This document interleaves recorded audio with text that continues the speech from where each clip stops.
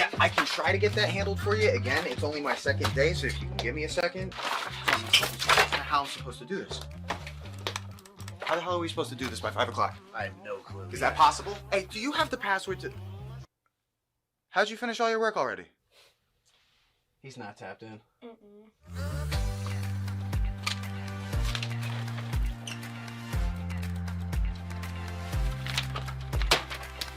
How'd you get that done so quick? They think they're gonna be able to budget that? It's money. That's money right there, you understand? You guys finished your work 6 hours early? He's not tapped in.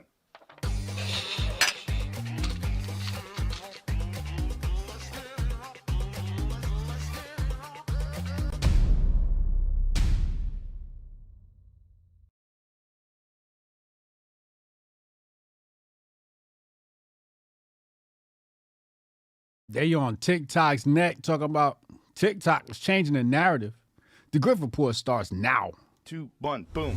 Hotep Jesus. Of all the Jesuses I know, he's the Hotepiest. Social scientist and YouTube host, Hotep Jesus. How the fuck do you get a name like Hotep Jesus? The one and only Hotep Jesus. Ryan Sharp, better known to the world as Hotep Jesus. Hotep Jesus. Hotep Jesus. Hotep Jesus. Hotep, you're a genius. HotepJesus.com.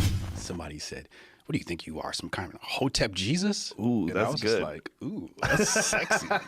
Yes, I do think I'm Hotep Jesus.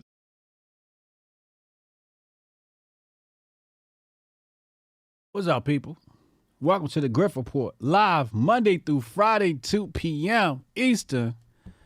I'm your host, the Grift God. Hotep Jesus. Hotep Jesus. Hotep Jesus. Hotep, you're a genius. HotepJesus.com. Oh, this a real Hotep brother. Hotep to the chat. Hotep to all my Hotepistanis. Hotep. What up, y'all? What's happening? Go in the chat. Niles, what up, man? Mark. I see Rudy in the chat. Sauce the Prophet. Face Thomas. Jack Reeves as always. Oh, ask Mo Facts. What up, man, Miller?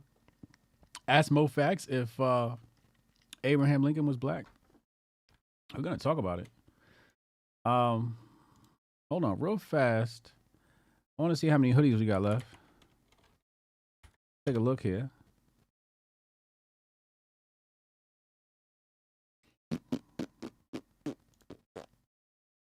Let's see. One. We have one hoodie left. One Men of Order hoodie is left.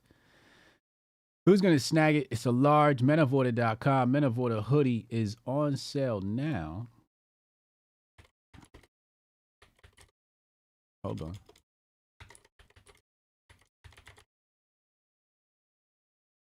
Close that. Pull this up. Here you go right here. Men of Order hoodie on sale right now. One left.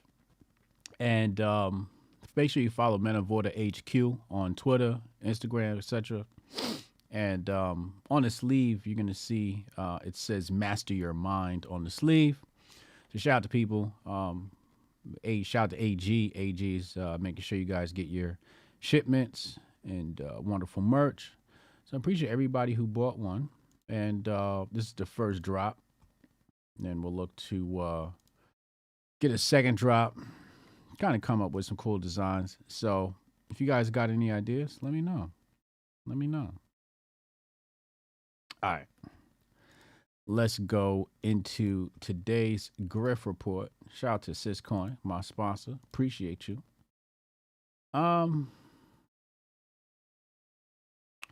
Let's just hop right into the TikTok stuff. Let's pull this up first. And then let's pull this up. Let me change the order. Let's put that here. All right. So End Wokeness is upset. Obviously, End Wokeness will be upset. White identitarian. Content. TikTok historian explains how Beethoven and Lincoln were really blacks who got whiteified by the media. I've heard this before. Matter of fact, maybe I can find the book. Hold on. Let me try and find the book. Is this the name of the book? Hold on. No. go here. Stop that. All right, let's go here. Is this book even available? Here it is.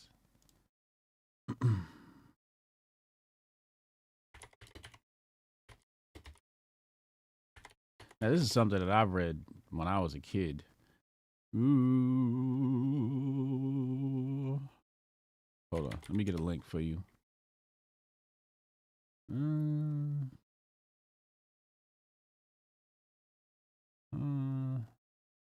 Is this a good link? Load's too slow. I don't want that. Give me. Barnes & Noble still alive? Wow. Okay, here we go. All right, let me put this up on your screen.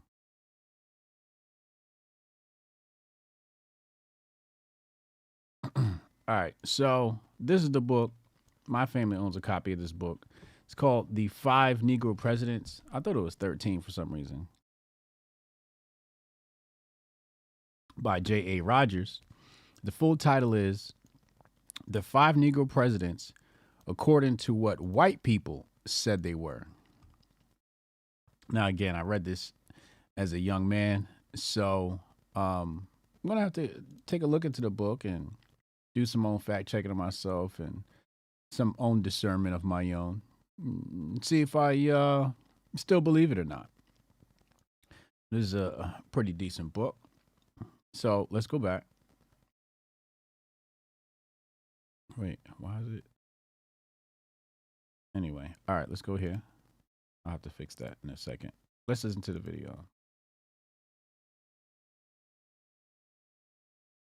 Earlier this year, Twitter was in an uproar because they found out Beethoven was allegedly black, and his pictures were often whiteified through the media. That same rumor is also said to be true about Lincoln. I decided to do my own research, and I found out Lincoln's mom's dad was allegedly Ethiopian. And in a lot of public records, Lincoln was described as coarse-haired with dark skin. And apparently this is what he actually looked like. It's possible that Lincoln, like Beethoven... Wait, let's go back. I didn't see his face. Did she cut it off? Oh, there it is.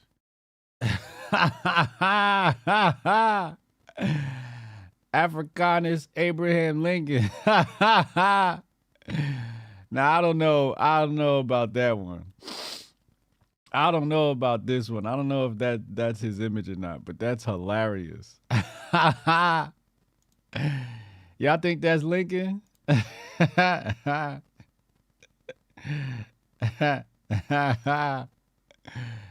Oh, that's hilarious. That's good. That's good. The music too? Yeah, the music's great. Everybody does this when they do like a conspiracy theory. They use that music. Let's go back. He actually looked like.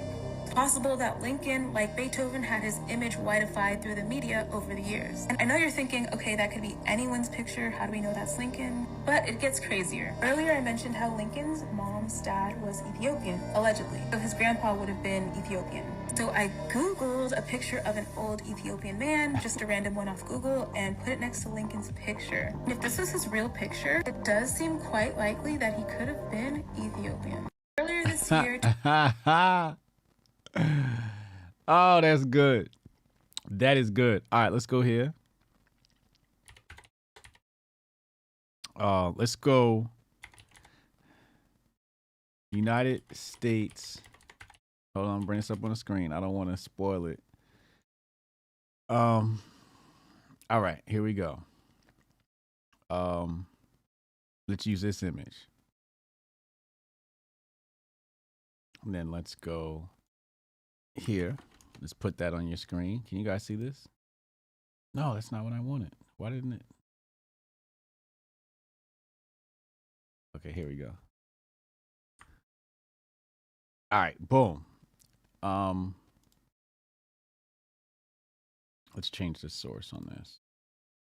Let's put it here. Okay, cool.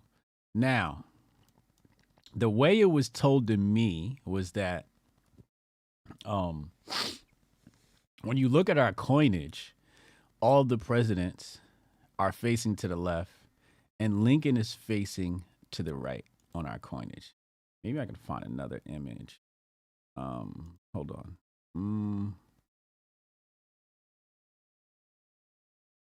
That because I don't even know what that coin is in the upper right-hand corner. Is that the new one? Is that a new quarter? I need the one. I need the originals. Here we go. Here's the original image. Copy image address. Let's put this here. All right, here we go. This is much better. This is much better. So, if you look at Lincoln, the way it was told to me as a young boy, the way I understand it is that they lined up all the presidents to turn their back on Lincoln. And if you notice, Lincoln's faced to the right, everybody else is faced to the left. Okay?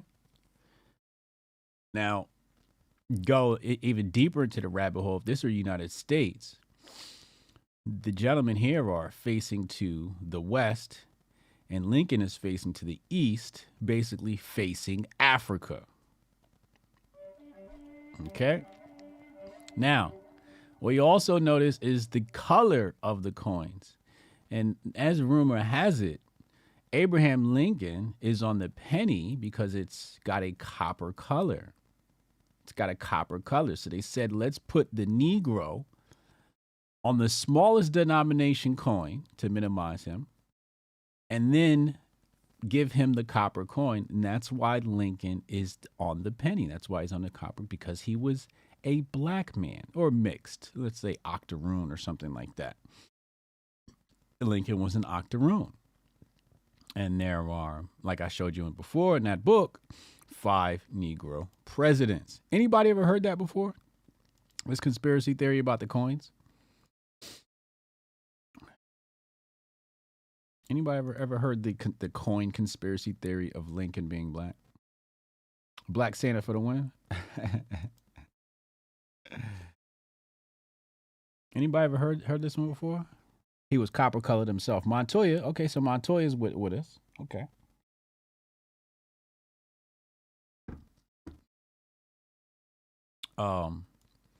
Jabari Judah, thank you for the super chat. He says, so the guy who only freed the slaves as a last resort and violated the Constitution was a gay black man. That sounds on brand in 2023. Uh-oh. Nas says he heard it before. Oh, this a real Hotep brother. Jabari said his dad told him about it in the 90s. Oh, this a real Hotep brother. Super Callow says, my old NOI teacher would tell us all the presidents were black. Damn, all of them? I don't know about that. Flat Sabbath, I believe he's saying he's heard it before. George Osei said he heard it from Dane Calloway. This is the stuff I grew up with. I was a child, probably sub 10 years old when I got this information. Maybe in the 90s, I'm not sure. I heard Lincoln was black, but the theory on the way they face. You didn't hear that one? Okay. John Hanson was a melanated Moor, aka first president. I don't know if that has. I think that was fact checked, and that's not true. I don't think John Hanson is the first black president. Although I'll leave that up in the air. Super Callow said definitely said Lincoln was an octoroon. Yeah. That's how the story goes. That Lincoln was an octoroon. His dad was actually African. Zantoven said, I heard Beethoven was black. Yeah, I heard that too. I think that was in Tariq Nasheed's documentary, Hidden Colors. Very interesting. Very interesting. Hollywood told you he was a vampire hunter. This explains the coin shortages. Interesting. All right. So let's go to the next piece of this puzzle, which falls back on TikTok, because TikTok is where this video came from. Brendan Carr says, study indicates that TikTok content is being amplified or suppressed based on whether it aligns with the CCP's geopolitical interests. Rutgers, NCRI, which stands for Network Contagion Research Institute. Research shows massive difference in pro-CCP content on TikTok compared to other major social media platforms. It's not believable that this could happen organically. So it says here, I guess in the abstract, the Network Contagion Research Institute analyzed hashtag ratios between Instagram and TikTok across topics sensitive to the Chinese government, while ratios for non-sensitive content generally followed users ratios 2-1. Ratios for topics sensitive to the government were much higher, 10-1. We found these anomalies consistently between hashtag ratios on China-sensitive topics for both national, regional, and international issues. Though more research is needed, NCRI assesses, given this data, a strong possibility that TikTok systematically promotes or demotes content on the basis of whether it is aligned or opposed on the interests of the Chinese government. I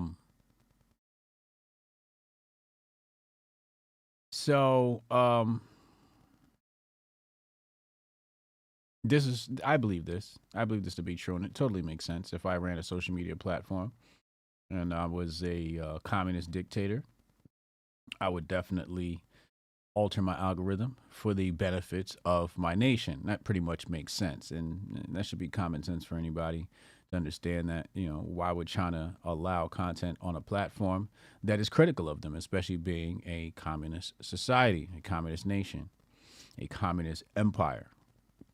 Totally makes sense. I've pretty much stopped using TikTok because, well, it has drastically downranked me in the algorithm because, well, I make controversial content. So let's take a look at my account and I'll show you what I'm talking about here. And okay. All right, whatever. Let's go here. So maybe you guys will be able to see this.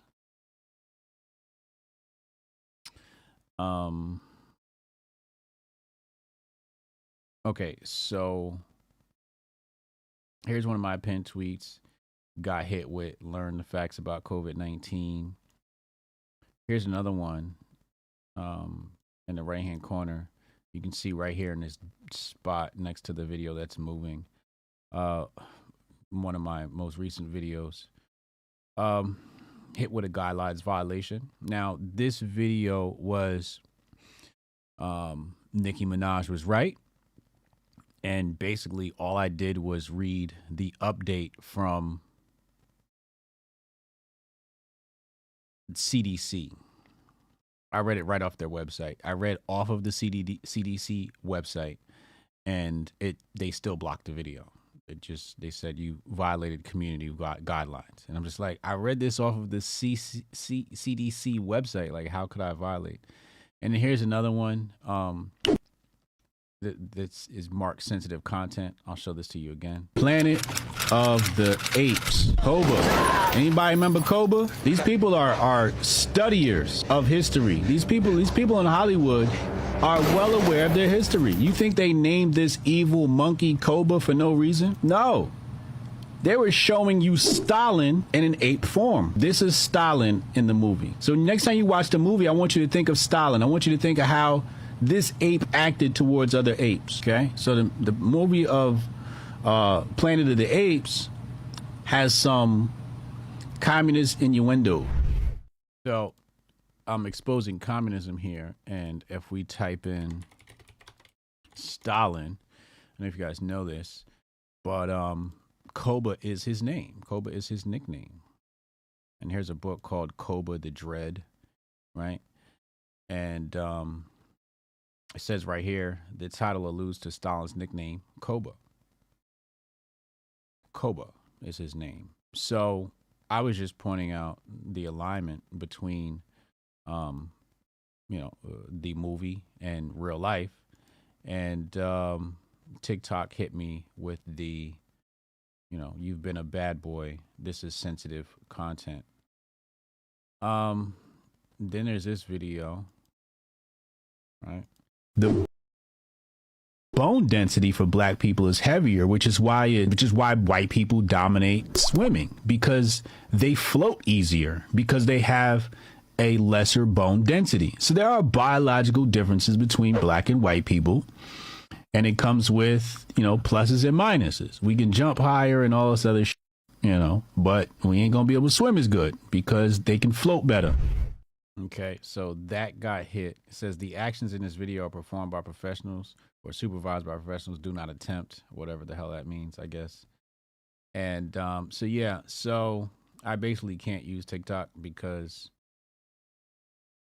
every time I post a video, it gets like 10 views, 100 views, and then it just dies in the algorithm because my account has too many violations. Also, there's some videos here which have been deleted in regard to relationships. As you can see here, this used to be my playlist on female relationships, but it's now empty. And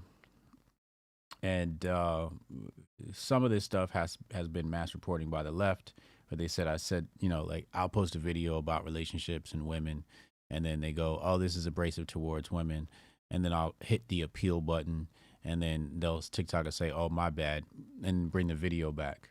But after you do that 10 times, you're just basically downranked in the algorithm. So yeah, I basically can't use TikTok. It's basically worthless for me. So, they're right. They're right. TikTok is, but I'm not complaining. It just is what it is, right? That's just how things are. And, yeah. All right, let's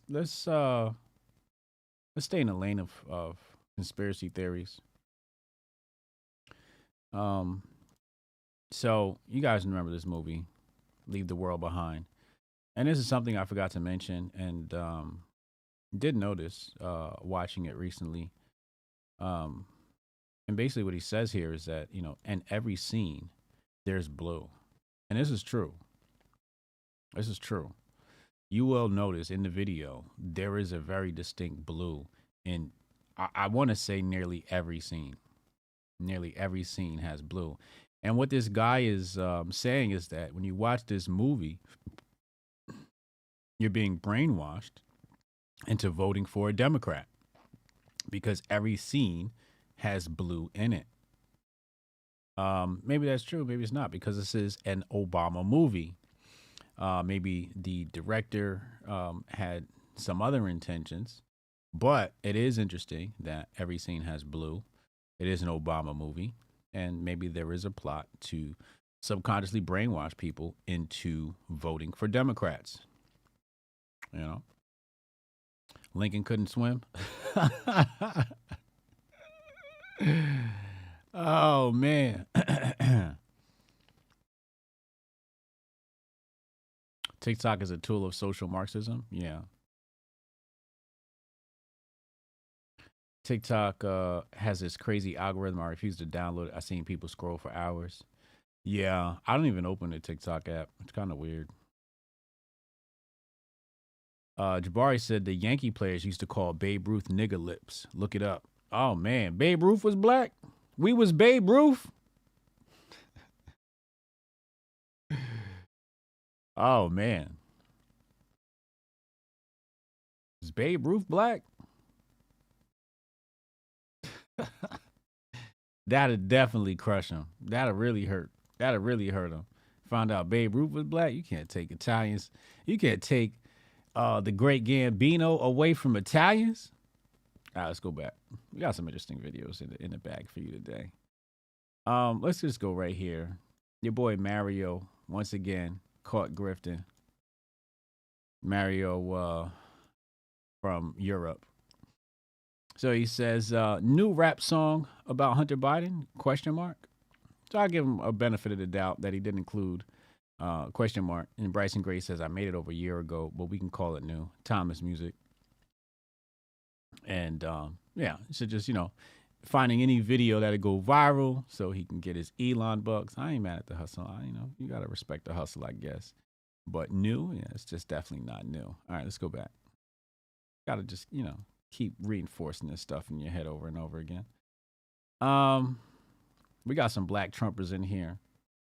But we got some anti-Semitism in here as well.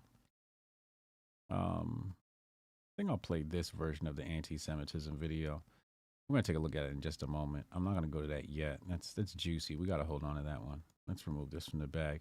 I want to go to a couple of videos here. Let's start right here. Actually, no. Let's combine that one with the anti-Semitism video. Let's go here. Let's start right here. I have not watched this clip. We're going to watch it right now. And they say, the caption here says, woman tries to humiliate guy on stage and finds out. All right, let's take a look. Howard. Ann. Are you more interesting than you look? Wait, what's the name of this TV show? The Weakest Link, right? Isn't this The Weakest Link? Babe Ruth was not Italian? He wasn't? There's a Babe Ruth book about him being black? He was German? Until further notice, Babe Ruth was black. It's all in the mind, eye of the beholder, Ann. What do you do? I'm a business development manager for a large bank in the Northeast. Okay. Tell me if there's anything interesting about your job. Absolutely not. No. It's interesting to me, but I'm sure that it would probably go right over your head. Okay, you're always very quick, are you, Howard? In some things, yes. In other things, I like to take my time, if you know what I mean. I've absolutely no idea what you mean. What do you mean?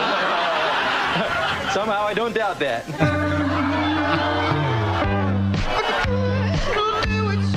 Howard.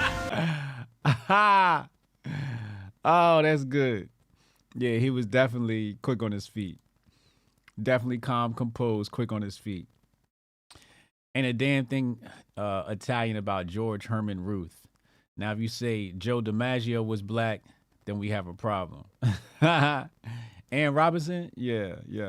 She was a really good host of this show. She was on point. This show was pretty cool. The Weakest Link, I remember that. Anyway, let's go back. It's pure entertainment. It's Friday. It's just remnants of the week in the bag here. Shout out to Jabari and the team for keeping the content flowing in the DMs. Before we get to the Black Trump supporters, Six is going viral. Six the Goddess. I had her on. We interviewed her on this channel before. And damn, it's not a video. Shucks. Damn. All right, let's see if we can find the video. Let's see. Hold on. All right. It's hardly initiated. All right. Let's go to TikTok.com. Let's go here. Hard. Stop it. All right. Oh my God. All right. All right, here we go. Hardly initiated.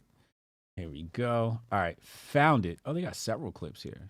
Well, it looks like a bunch of reposts. All right, let's make sure we...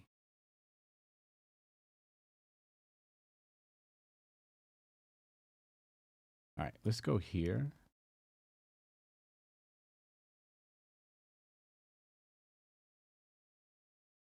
Is it... Hold on, let me show you what I'm looking at here. Like a black relationship podcast, I'm assuming. And I'm looking for Six's face. Where is it? I could just wanna...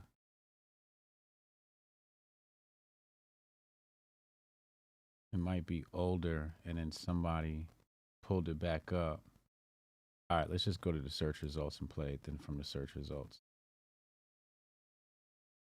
When the men are not financially confident, that's who they run to, the bigger girls. Because most big girls are going to have good credit, have some money, and be able to help take care of them. And cook. Bigger woman says, help. Smaller woman says, oh, I have to carry that load. Oh, I got to take care of her. Bigger woman says, she going to help me. She going to put this load over her back. So because that's what she has to do to keep a man. I don't know what size everyone is that is viewing. All right, we don't really care about your opinion. So, do men run to fat girls?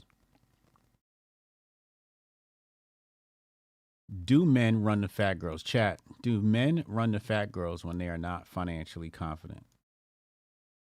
Okay, that's the question here. Now, there is some truth to this. I don't think all men do this, but I've said this in the past. In fact, I've tested this theory in real life. Okay. Anybody ever seen the movie How to Be a Player with Bill Bellamy?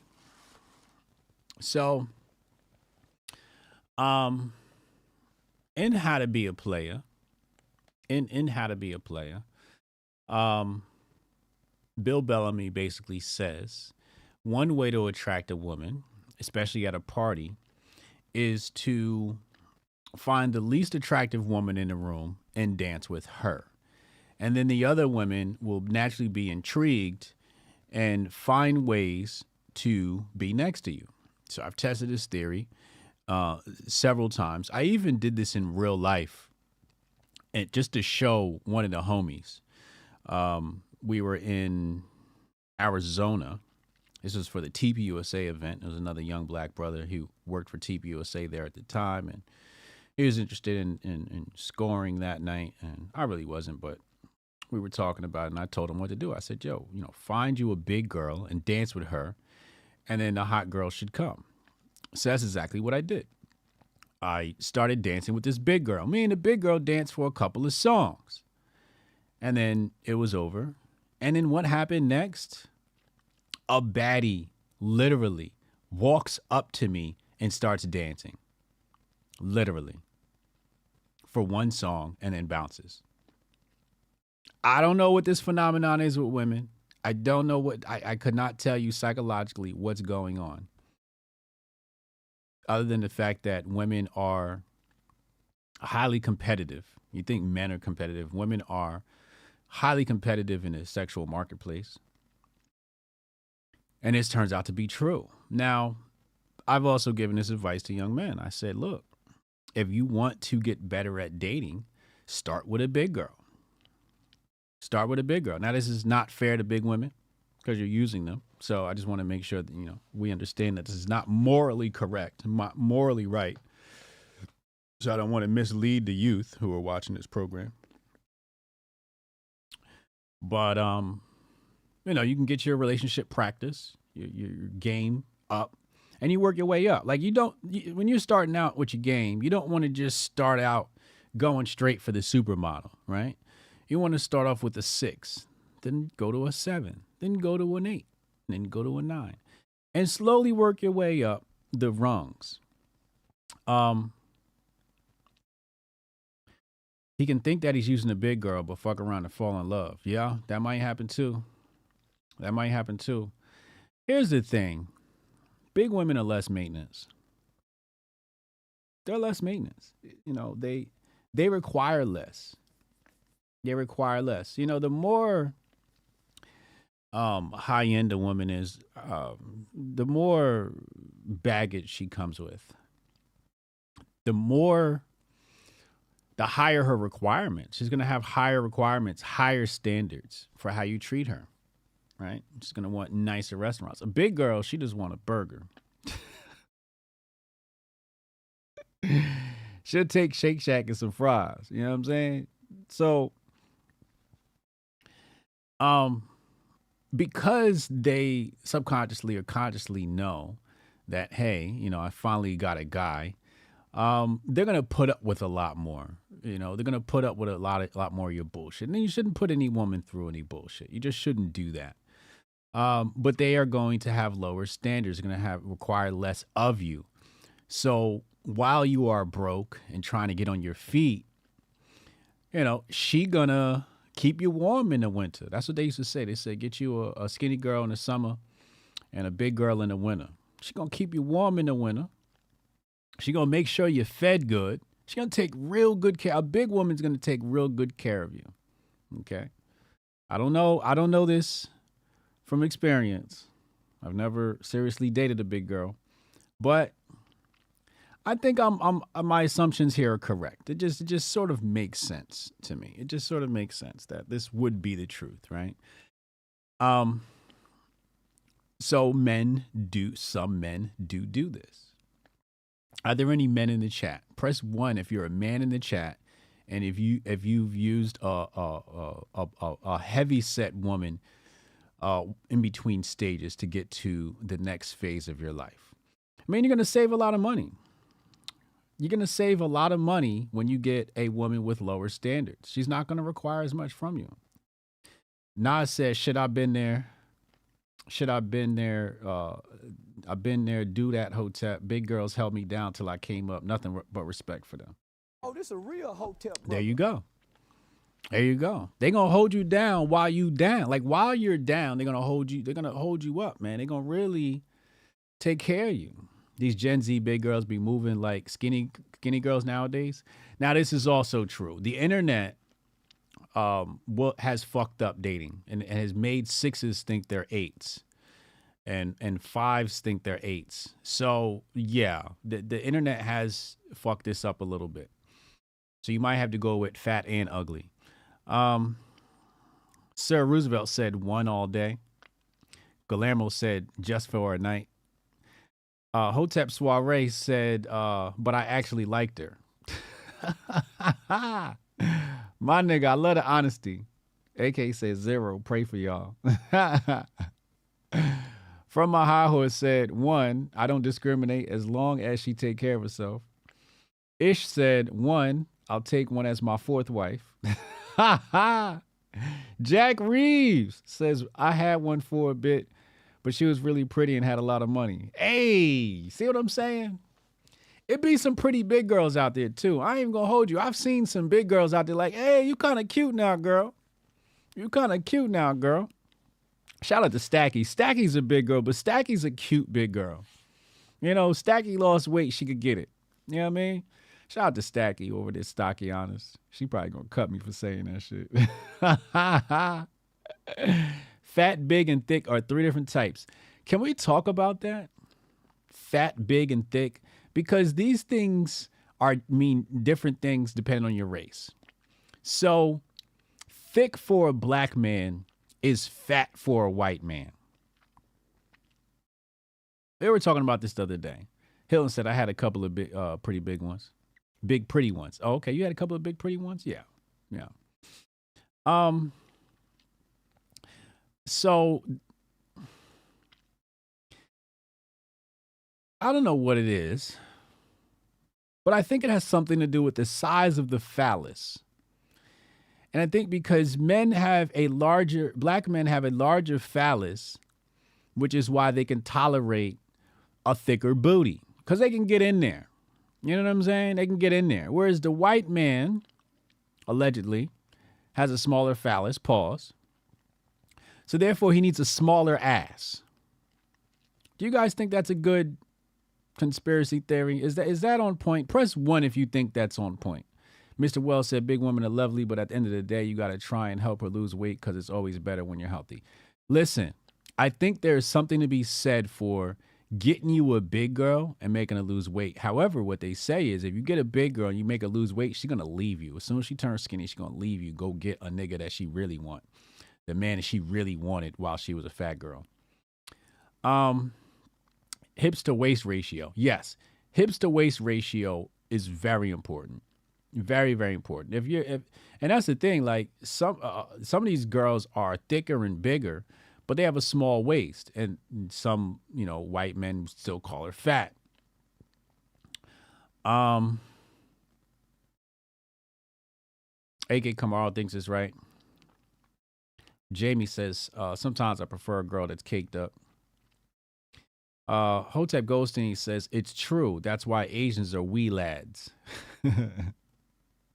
Black Falcon said, HJ with the big brain breakdowns. Don't you let his big brain content? It's real good big brain content here. This is what you get on Fridays. Welcome to the Grift Report. Isn't it interesting how the news is always slow on Mondays and Fridays? It's almost as if nothing happens in the world and they just wait till Tuesday to drop all the news. Tuesday, Wednesday, and Thursday. Isn't that crazy? It's almost as if the news follows the day that people have off from work. Oh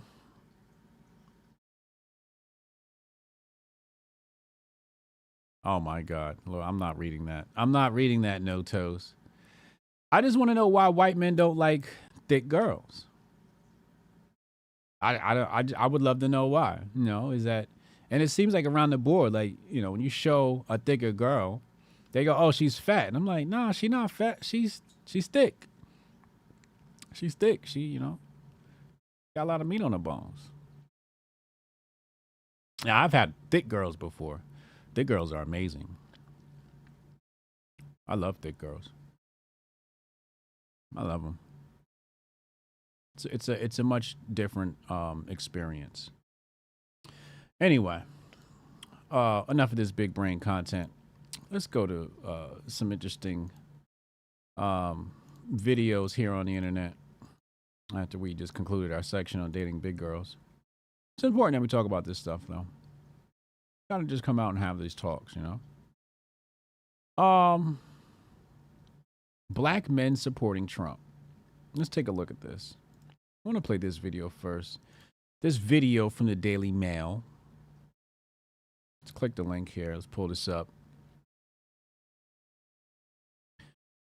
Chicago resident mayor demands sending all migrants back. Let's take a look. I'm strictly advocating for black people and call ICE on them. Trump, come in here. Clean this mess up. The most corrupt city in the United States is the city of Chicago. And that's not my... Thank you, Mr. Blakemore, for your comments. Damn. Wait, hold on. We got it. All right, so I want you to pay attention to, you can't see it on the screen here. Let me fix it. I want you to see something. I want you to notice what I noticed. I want you to notice this black woman right here. You see her? I want you to notice this black woman right here. Watch her body language as he talks. Advocating. What's up with the mask? These foreigners always got these masks on, yo. Like, stop it. It's always the Indians or I don't know what these people are, but they're always the types. Got the typical white woman in the back. Take that fucking mask off. Anyway. For black people and call ICE on them. Trump, come in here. Clean this mess up. The most corrupt city in the United States is the city of Chicago. And that's not my... Thank you, Mr. Blakemore, for your comments. She caught the Holy Ghost. She caught the Holy Ghost. Now, let me just tell you, he is dripped down. Dripped down. Look at those boots. Who made this outfit for him? I need their number. This is my outfit for the grifties. This is my outfit for the grifties. Who made this? I need names. I need numbers, email addresses, websites. Oh, this brother's dripped down. He is dripped down. Now this is drip. Ooh, this is a Sherlin. You see the fur on the inside? Oh man. Oh man, this brother's dripped down. Oh man, fire emojis for the fit. Hey, let me get some fire emojis in the chat for the fit. What up, Kay? Thank you for the super chat yesterday, Kay. I'm sorry, the Venmo. Appreciate you. Kay blessed me with the holiday Venmo. Strong dad. Skinny women are eye candy in sport. No offense, ladies. Big and thick girls are for locking down and making a family. Uh-oh. Black man has spoken. This old man swag fly as hell? Bruh. This fit. This is it right here. This is the drip. I'm sorry. I didn't mean to get distracted. But again, black man gonna have to save America. Black man understand it. Now they say, you know, oh, black people don't want to vote for Donald Trump, and now they're hip. Black men are hip. Black people are fed up. We got a hard swing to the right. Let's go to the next video. Got another one. This is in the Bronx, I think. If President Trump came here to the South Bronx, would you attend the rally? Of course, I would want to meet Trump. I want to shake his hand. He's the only president that I see that can ever make America great again. He's capable of doing that. I would love to go to a rally with Donald Trump come, because I'm a big Donald Trump supporter. and I will support him 100%. Oh yeah, definitely we're gonna show him love. We're gonna show him a lot of love, and you know, like they do in other states. We definitely need to see Trump here. There's nothing but love for Donald Trump here in the South Bronx, the North Bronx, the East Bronx, and the West Bronx. So you tell me. We want Trump to come back, please, bro. Biden, get out of here, bro. I would come to the rally and support Trump, because the Bronx need a change, and we need somebody that's really going to help this community. I would definitely come to a Trump rally in the South Bronx. I like him. You do? Yes. Yes, I will come to a rally if President Trump was to come to the Bronx, and I also would bring other people to come too and support him. Would Joe Biden get a warm reception if he came to the Bronx? No, he wouldn't have, and I'll make sure of that.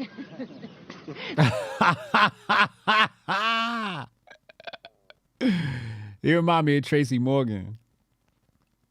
Warm reception if he came to the Bronx? To the Bronx, like and I this also brother. would bring other people to come too and support him. Would Joe Biden get a warm reception if he came to the Bronx? No, he wouldn't have, and I'll make sure of that. Reporting for Newsmax in the South Bronx, New York. He said, I'll make sure of that. Man, I'm telling you, when you hit black people's pockets, the narrative going to change. Trump in the Bronx will be stupid? Really? I need to see a Trump rally in the Bronx. She called the feds right after. We needed this back in 2019. Yeah, we needed this. This is the energy we needed in 2019. You're absolutely right. But the thing is, conservatives had resolved that no black people like this existed. So they wouldn't even have gone to the Bronx to do this interview. You know, what is this? American Agenda is the name of this network. They wouldn't have gone to New York. They were too busy brainwashing and thinking that black people didn't support Donald Trump, so they wouldn't have been there. That's why we missed out on that. The right was asleep at the wheel when it came to recognizing what black people really thought. They were going based upon what they saw online, where you got the black boule and your university trained blacks. Notice none of these people, these are real black people, right? These are not your university indoctrinated blacks, right? You can tell these are from the streets, got it out the mud blacks, right? These are not your university indoctrinated blacks. So what they do is they see the university indoctrinated blacks, the talking heads on social media, talking heads on CNN, the other platforms, et cetera, and they go, oh, well, black people won't support a Republican candidate. And I just think that you got to give black people more credit, because the truth of the matter is, like, real black people, and speaking from my own experience, they don't really have much of opinion between Democrats and Republicans. They as a whole, they think both of them are just naturally corrupt. So they don't trust either one. They don't trust government as a whole. They don't even know what a Democrat and a Republican is. And I know this from experience because that's how I used to be. So they don't even know the difference between the two. So they wouldn't even be able to substantiate a claim that says Republicans are racist. So to discount their opinions and say that they wouldn't vote Republican is kind of stupid, because they don't even know what a Republican is. You'd have to know what a Republican is to say, I won't vote for one. They have not been politically trained, which is a good thing, right? Because sometimes when you're politically trained, you're basically politically indoctrinated. Okay. And we're going to go to phone line soon. Text HOTEP in your name at 202-596-5631. Text HOTEP in your name at 202-596-5631. Here, but yeah, it's just a missed opportunity by the Republican Party, and just poor assumptions across the board from people. When you see things like Eva from America's Next Top Model, and these Hollywood blacks, these music industry blacks, these people who have close proximity and get paid by white liberals, like, you let them speak, then yeah, they're basically forced to say, I can't vote Republican, because otherwise they'll lose their sponsorships and, record deals, movie deals, et cetera, et cetera. We even now, with the terrible performance of Joe Biden, we haven't really seen, can we name anybody black in Hollywood that has come out and said, yo, let's take a look at Trump? In the music industry, we have Sexy Red, but Sexy Red's untouchable because she's Sexy Red. Can't cancel her. She got the hood on lock.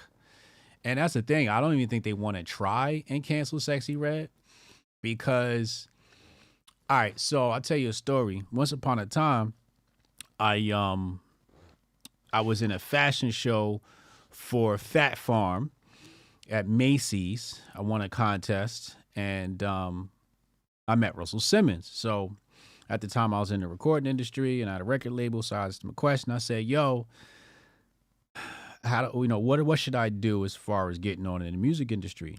And he said, his exact words were something about lock down the streets, right? Basically saying, get the streets behind you. If you got the streets behind you, they can't stop you. And really what he's saying is that organic, people on the ground, hood presence. Sexy Red has that people on the ground, hood presence. And they don't give a fuck. They don't even use Twitter, okay? So when you try to cancel Sexy Red, they won't even see the cancellation. If they see the cancellation, they're just going to be like, I don't really give a fuck what these white people say. I fucks with Sexy Red. So Sexy Red's untouchable because she has locked down the streets. Who else? Waka Flocka, but Waka Flocka is basically independent. Has been for a really long time. Kodak Black, but that's Kodak Black. Again, Kodak Black is another example of I got the streets on lock, and I don't really need, like, the record label can't really cancel Kodak Black. Lil Wayne got the culture. Lil Wayne has got the culture. Can't cancel him. Ye has got the culture. Can't cancel him. So you're not going to see it with your new artists that don't really have a lock on the culture and don't have stain on it. So you're not going to see any massive support from them behind Donald Trump. All right, let's go back. Let's take a look at some anti-Semitism. And then we're going to go to phone lines. Text Hotep in your name at 202-596-5631. Let's pull this video up. And then let's pull this video up. And then let's close these. And then let's go.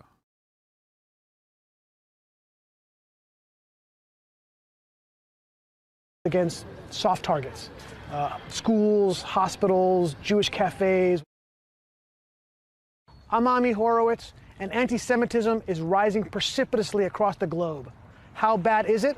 I'm here at San Francisco State University, one of the most left-leaning intersectional schools in the... Mofax, what do you disagree with? Mofax says he disagrees. What do you disagree with? What part?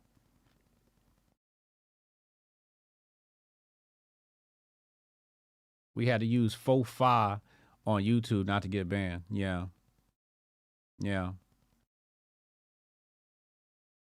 What'd you disagree with, Bo? The country. I'm here to raise money to kill Jews. What?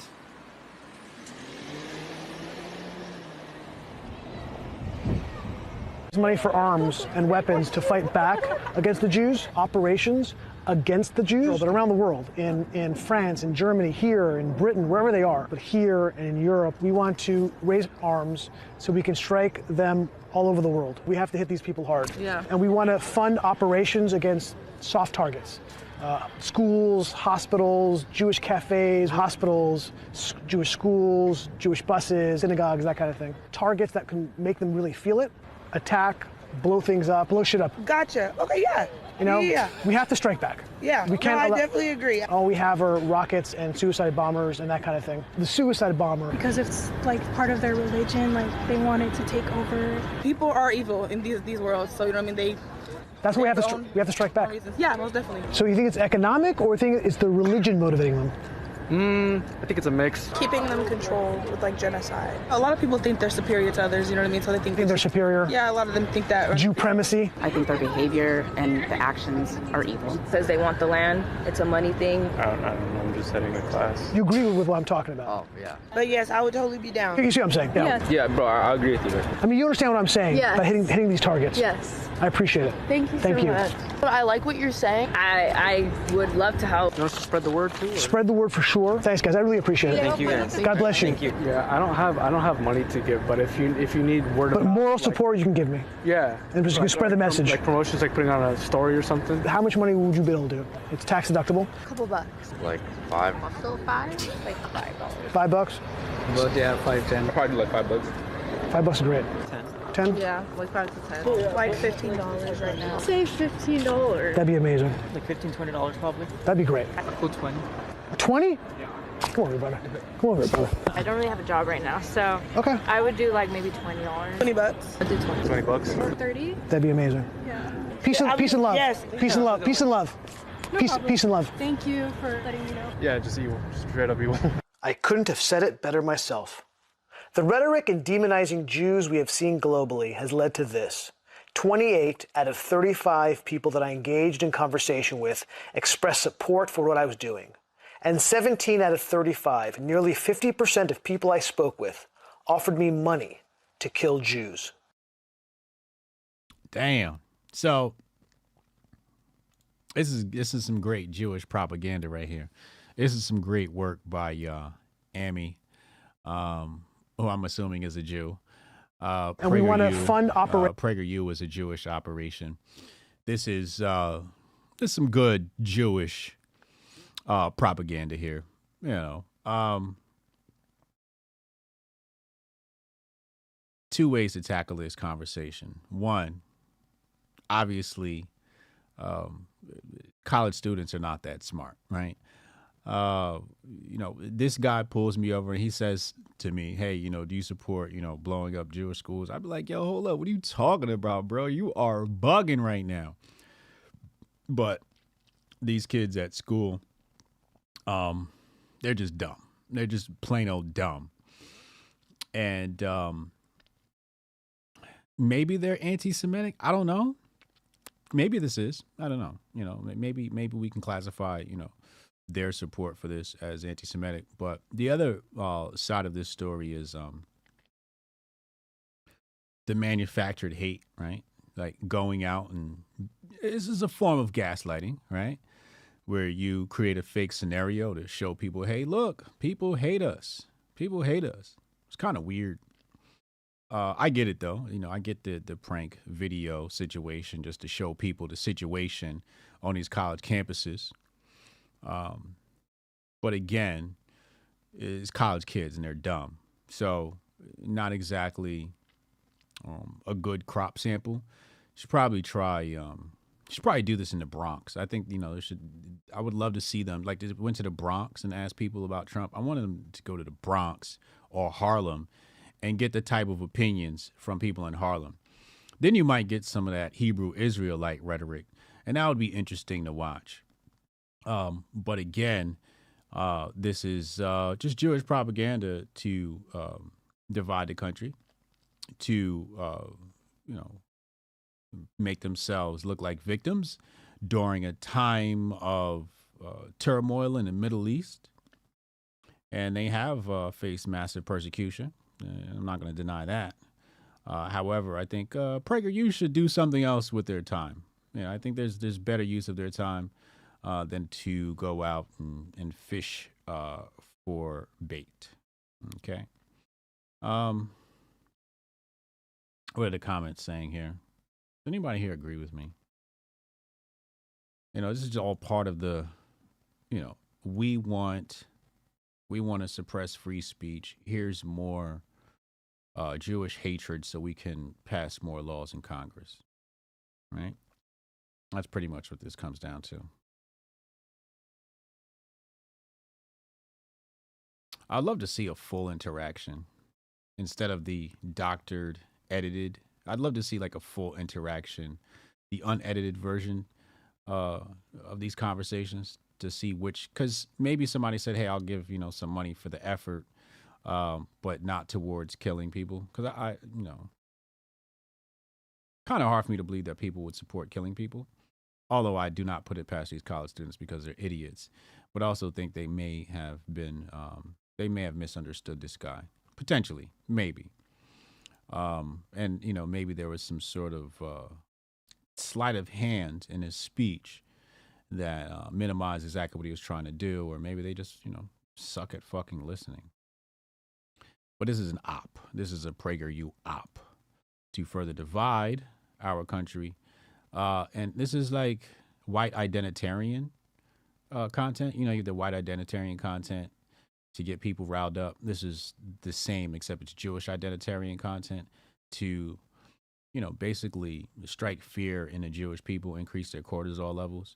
And I think Jewish people have enough fear as it is.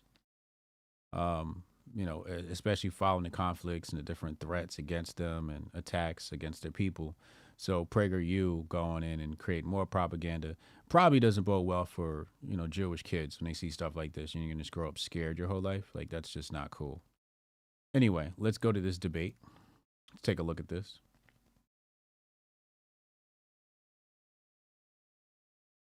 But anyway, let me just get on to it. You say, first of all, I don't care about the death of Palestinian children. Yes, I do care. I care very deeply about it. But I also know that the responsibility for their deaths lies on Hamas, which has misgoverned their society for the last 16 years and now has been leading the country into being in a war with Israel. So, yes, it's on Hamas, this. As for seeing wars, by the way, I just mentioned about seeing wars because as far as I can see, you're very ill-travelled as well as rather ill-lettered and ill-spoken. And I mention that I cover wars and go to wars because I happen to think myself that it's worth seeing things with your own eyes, including things that you don't particularly like, but you report the truth. I don't know if you ever even leave your own bedroom. And I can tell already that you don't because you've already said something that demonstrates you know nothing about this conflict. You have just demonstrated it in the following terms. You said that this is why we need to push for a two-state solution and give legitimacy to the Palestinian Authority. I'll tell you something you don't know because I guess you spent no time in the West Bank, have you? I'll tell you something you probably don't know. The Palestinian Authority, Fatah, celebrated the 7th of October massacres. I'll give you another fact which demonstrates you know nothing about this and clearly haven't ever visited any Palestinians in the West Bank as I have. If there was an election tomorrow in the West Bank, the reason why there isn't one is because if there was an election tomorrow in the West Bank, Hamas would win. So your idea of a two-state solution, I'm afraid you are so out of date and you really should leave your bedroom. Because in this region, nobody thinks that there is a two-state solution on the table because there is not a viable negotiating partner. But I just want to make one other main point. You have gone on and on tonight, throwing accusations out against the Jewish state, against me. It's the sort of thing you do. I know you're a sort of online pugilist and think you can run for office, and good luck with that. But I'd just like to point out that you only really get animated if the Jews are involved. And I can tell that for the following reason. I mean, your surname's Uyghur, isn't it? 1 million Uyghur Muslims in China have been put in concentration camps in the last decade. And people of your ilk never really care about that, do you? Because it's not the Jews doing it, it's the Chinese Communist Party. At the moment, 1 million people who are in Pakistan at the moment, who are your fellow Muslims and who happen to be Afghan, and I don't think you care about them, do you? 1 million Afghans are currently being forcibly deported from Pakistan to Afghanistan. You don't care about that. You're not riled up about that. You're not riled up about what the Janjaweed are currently doing in Sudan, where thousands and thousands of people are being attacked by the Islamist militia there. You don't care about any of that. You get exercised and you rile up what little base you have of malcontents because you're riled up when the Jews do anything. All right, Cenk. It's perfectly obvious. Okay, Cenk. Damn.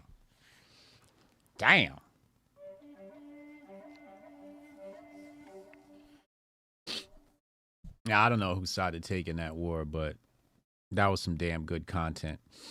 And he's right. And he's lucky this happened on Piers Morgan and not one of these leftist platforms, because it's one thing that they don't want people to know about is the Uyghurs in China, et cetera, and very few people talk about that.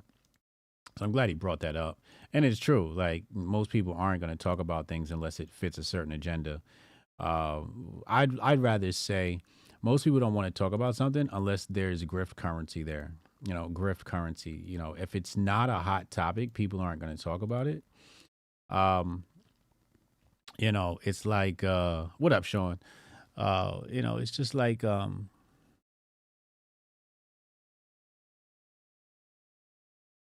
Israel, Hamas, right? Like that's the hot topic. So that's what people are going to talk about.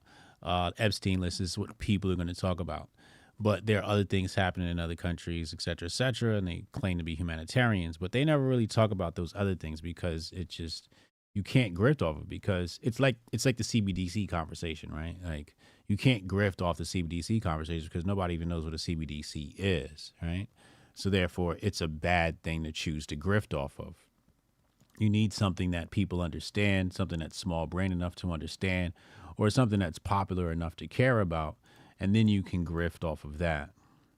So I think that's our main motivator for many of these influencers is, what money or social currency is there to be had when it comes to, what they talk about. Anyway, let's go to the phone lines. Text Hotep your name to 202-596-5631. Text Hotep your name to 202-596-5631. And I'll be right back after this short, brief commercial break. Yeah, I can try to get that handled for you. Again, it's only my second day, so if you can give me a second. How I'm supposed to do this? How the hell are we supposed to do this by 5 o'clock? I have no clue. Is that possible? Hey, do you have the password to... How did you finish all your work already? He's not tapped in.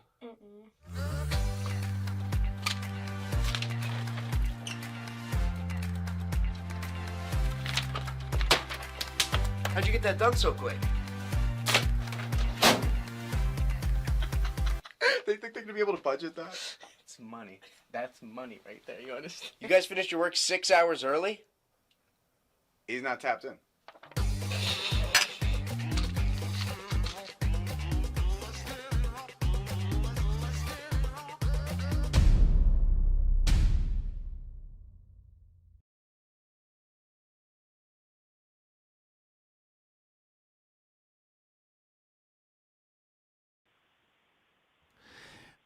Ladies and gentlemen, we live. We got Goldstein on the line. What up, Goldstein?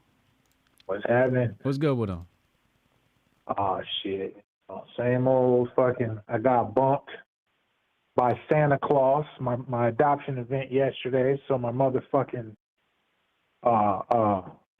weekend is empty. What do you mean you got bumped by Santa Claus?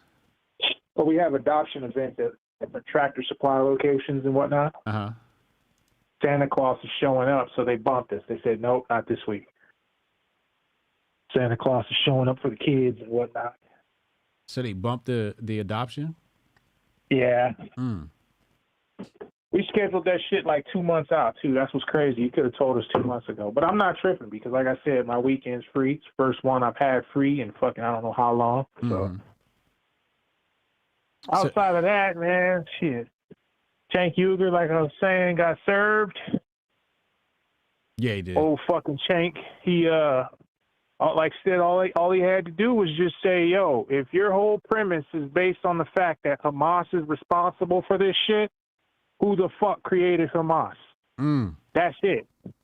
That's it. Once you research that, you know what I mean? Once you pull that answer out your motherfucking ass, all the rest of that shit you said afterwards, null and void. So, I don't know, man. Anti-Semitism is definitely on the rise. That little fucking exercise that dude did from PragerU is not necessarily pointing to that. I mean, yeah, sure, they were anti-Semitic, but that was all fucking fake money lent to a fake cause. What about the billions of motherfucking dollars that are killing the Semite Muslims? I mean, they're Semites too. So it's just like, you got to really stop with this anti-Semitic shit. Because no matter who fucking is funding what, there's nothing but a bunch of Semites dying in the Middle East. That's true. You know, they don't got a lockdown on that shit.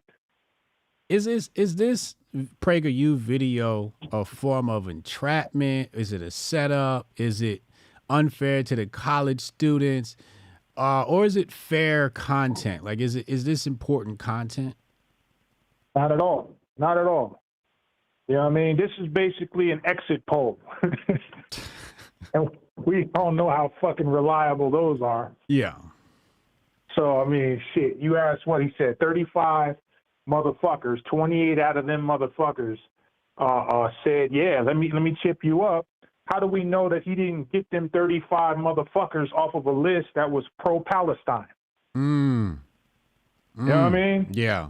Hand selected. Very easily rigged right there. He didn't just go up to 35 random motherfuckers, I bet, because if that was the case, I'm fairly certain that most motherfuckers would have been like, what the fuck, are you some type of fed asking me to kill up shit? Right. That would have been the main response, whether they were pro-Palestine, anti-Jew, it doesn't matter. Most responders would have been like, yeah, this dude right here is a motherfucking cop. Yeah, he a fed. Yeah. Yeah. So that's what I'm saying. We don't know where he pulled them 35 names after that from. Why would PragerU do something like this? Why would they create this type of content, this type of video? Is there an agenda or something, a motive or something behind this? Most definitely. I mean, most of them are Judeo-Christians. Judeo being the operative word there. Mm-hmm. Then you got Mr. Daniel Prager himself, one of the most motherfucking American-bred Zionists you could fucking imagine. Mm-hmm. So he's got his motherfucking agenda he's pushing. The damn sure ain't one for the Jewish people, by the way. Right. So, you know, all of this shit is agenda-driven. You know, I wouldn't trust shit he got to say about the shit. John Hagee, that fat motherfucker, or none of them motherfuckers who are pro-Israel. You know, I don't fuck with Israel. Jewish people are not Israel. Most real Jewish people will tell you, we don't want nothing to do with fucking Israel. Because Israel is a bastion of evil. The shit was never supposed to be created. You see, the thing is, the devil likes to replicate everything God does, right? So if God can create a holy land, then he would create a holy land. It's just a perverted version of it. Therein lies Israel. God didn't create the modern day Israel, man did. And anytime man tries to usurp what God does, no good comes from it. Devil worked through people. And he worked through people to create the bastard state of Israel that you see today, not the true one that God prophesied would happen one day. You know, it wasn't going to be done through Balfour Declaration. It was going to be done by the hand of God. So if you are a believer in that story, from Christians on to Jews, then you cannot overlook that facet of the story. You know, this is why they fly a devil fucking star on their flag. That's why. Because it's not of God. So, but Christians are completely snowed. You know what I mean? They're all for the shit. So they're trying to be like, because there's a verse in there that says, if you curse Israel, you'll be cursed. So they're scared by that, but they just got to understand that from the people to the state itself, none of that is Israel. None of those are Jews. None of that is Israel. All of that is by the hand of man, which means it's by the hand of Satan. That's what they have to understand, but they won't. And they'll get consumed. They'll get consumed just like the rest of them. Damn. But yeah. Let's shift gears really fast. Is there any merit to what I said about big girls and dating big girls? And, you know, do you have any big girl stories? Yes. Okay. Enlighten us. Those were the easiest ones to pop in the joint, I'll tell you that much. What do you mean in the joint? The guards, the COs and shit. Word. You go straight for the fucking, look, see, here's the thing in there is that everybody's going to flock to the bad bitch. Everybody's going to flock to her. Yeah. Right? Very few motherfuckers flock to the big bitch, especially the big ugly bitches. Yeah. Right? But that leaves an open lane for a motherfucker like me, who on more than one occasion went for the big ugly bitch. man. The CEO? It's a give and take, though, huh? The CEO? Yeah. And got it? Yeah. What? And that shit easy, bro. That shit ain't no hella fucking hurdle. How does that happen? What does she like pull up to your cell late at night? Well, you know, certain yards is more conducive to that type of shit. So anything maximum or custody like that, it can be done, but you have to have the right set of circumstances. But where? Like in the corner, in your cell, in the lunchroom, in the laundromat? Where? Yeah, that's where you usually do it. Cause look, where? In the most of the laundromat? time you ain't laundry, kitchen, walk-in, all that good shit. What? Yeah. And then what you got? Kitchen One of the officers. homies that look out for you? You got to Yup, look out? one of the homies keep point. They'll let you know what's up. You know what I mean? But, you know, I wasn't really trying to fuck with the sex too much. Like, that was a perk. Okay. My whole thing was getting the bag. Yeah. You know what I mean? So I was like, yeah, go ahead and bring that in. Let me get that cell phone. Get that Oh, so she thing. was hooking you up with things. Yeah. So that was mostly my motivation. Like I said, the sex was a perk, but it wasn't my aim. So it was like, it's sort of like beginning this relationship with this woman allows you perks for, contraband smuggling. Yes. Interesting. Yeah. There needs to be a documentary it's like on I this. said, it's a give and take, though. It's a give and take. It's not like you using her. She Right. using you just as much because she wants that motherfucking validation. She wants the attention. Sometimes they want the dick. It just depends. Right. So this ain't no predator type shit. No, absolutely not. It's a trade-off. Yeah. Yeah. It's just, you know, the women will have you believe that, oh, you just using her. Nah. She know what the fuck she's doing. She a grown-ass woman. And she's probably initiating it. Most of the time, that's how that goes. You know, you ain't gonna just pop at anybody because you find your ass in a hole. You know what I mean? They gotta initiate that shit to some degree, and then you just know you got the green light to go ahead and put the Mac down. Right. Montoya said he's correct. I have family members who have lost their wives because they got caught having sex with inmates as a CEO. Damn. This is what PragerU needs to cover. I'm saying.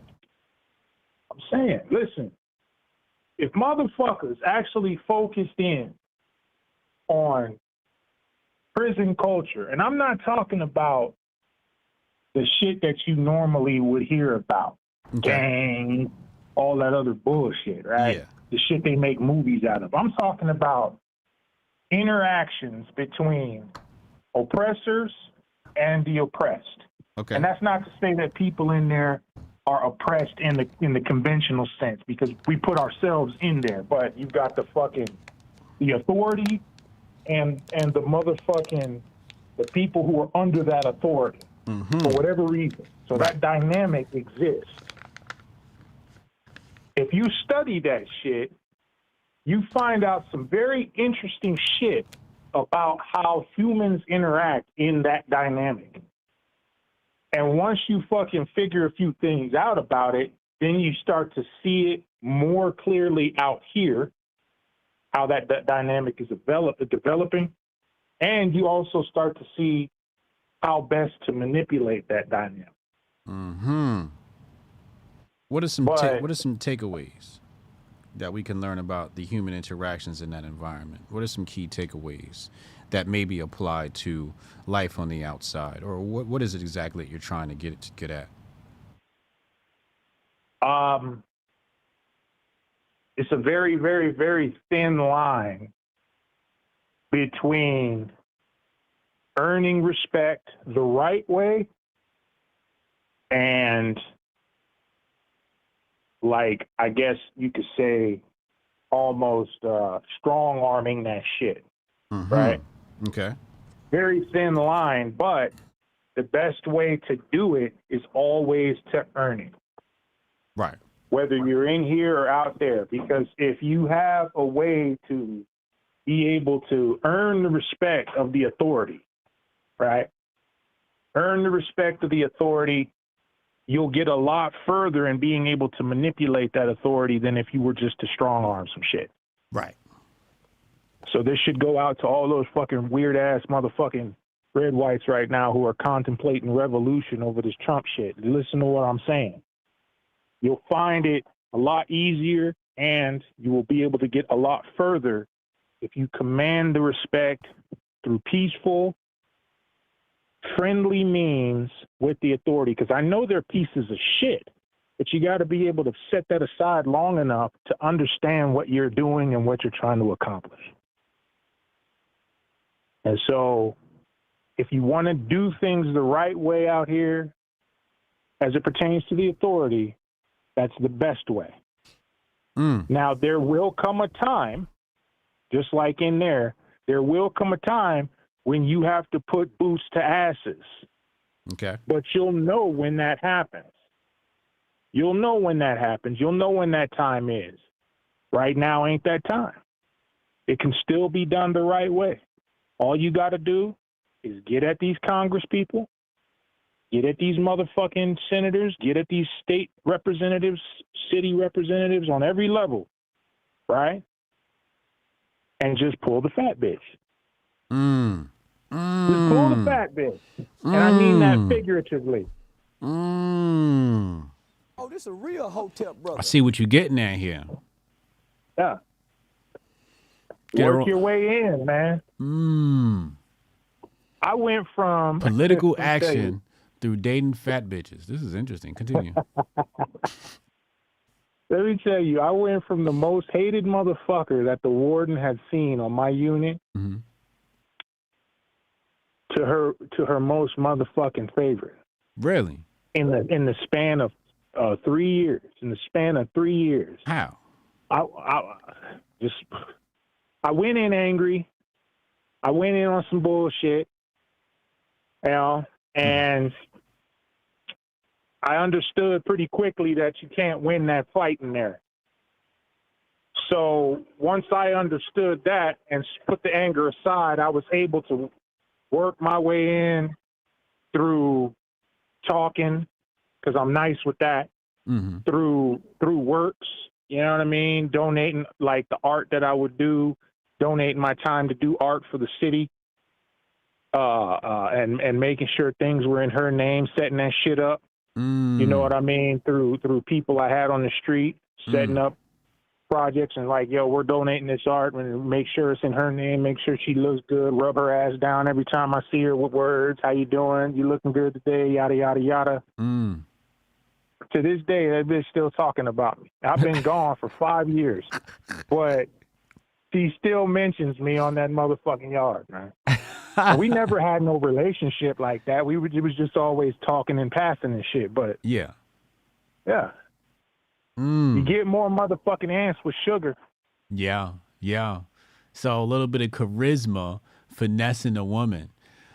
Interesting. And the same could be applied for women. Women could finesse men in politics. And I think that's what a lot of this Epstein stuff comes down to, right? And another gay video just dropped. But I think there's a lot of sexual finessing, or we should say gender finessing. And that's kind of what you're talking about here.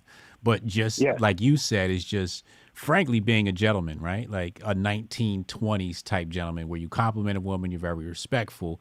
But I like the play where you're creating these art projects and you're like, make sure it's in her name. Like that's a really, really intelligent move, because if it makes her look good, she like, all right, make sure this inmate right here get the good food, the good milk. You know what I'm saying? She gonna make sure you good because you are increasing her pay. Exactly. It's easy, and you ain't got to kiss ass like you think. Right. Complimenting the motherfucker, you know what I mean, is not gonna fucking compromise your integrity or your moral standing with what you believe in. You know what I mean? Yeah. Complimenting the motherfucker and now if she would have asked me to do some buck ass wild shit, it wasn't happening. You want me to roll on somebody? Nope. You want me to motherfucking set somebody up? Nope.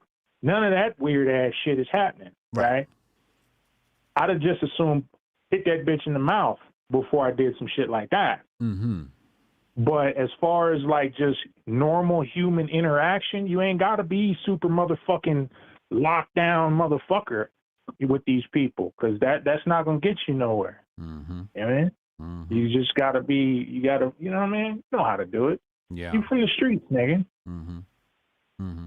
Well, I'm not from the streets, but I've been in the streets, so I know exactly what you're talking about. Yeah. Yeah. Yeah. So, you know. Mm-hmm. But look, you take that same mindset, apply it to the political fucking fabric of this country. Not too many people are doing it. Everybody wants to fucking take their ball and run and just be tucked into their own little fucking circle. And nobody really wants to reach across and find out what the fuck's going on. This is the best way to fucking undermine all this shit. It's like you got motherfuckers talking about, the black folks is going for Trump, right? Because their pockets are hit, right? Mm-hmm. Why take that message and just apply it to niggas? Everybody's pocket is hit. So if you can get the most nigga motherfucker, right? The most blackest motherfucker, like a Farrakhan, right? Mm-hmm. To talk to white people, and you can get the whitest motherfucker to talk to niggas. They got the same message. They just need the face.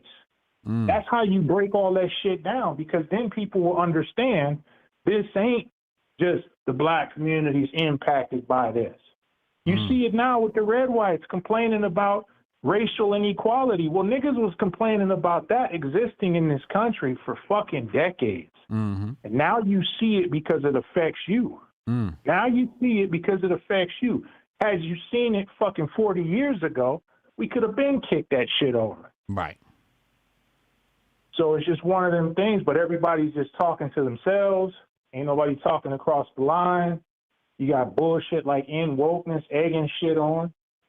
You know what I mean? Just speaking to the white man, speaking the same shit happening to the white man, but the same shit happening to the niggas, same shit happening to the chiefs, same shit happening to the essays, all of them. Mm-hmm. All right? We just have to find a way to break that divide.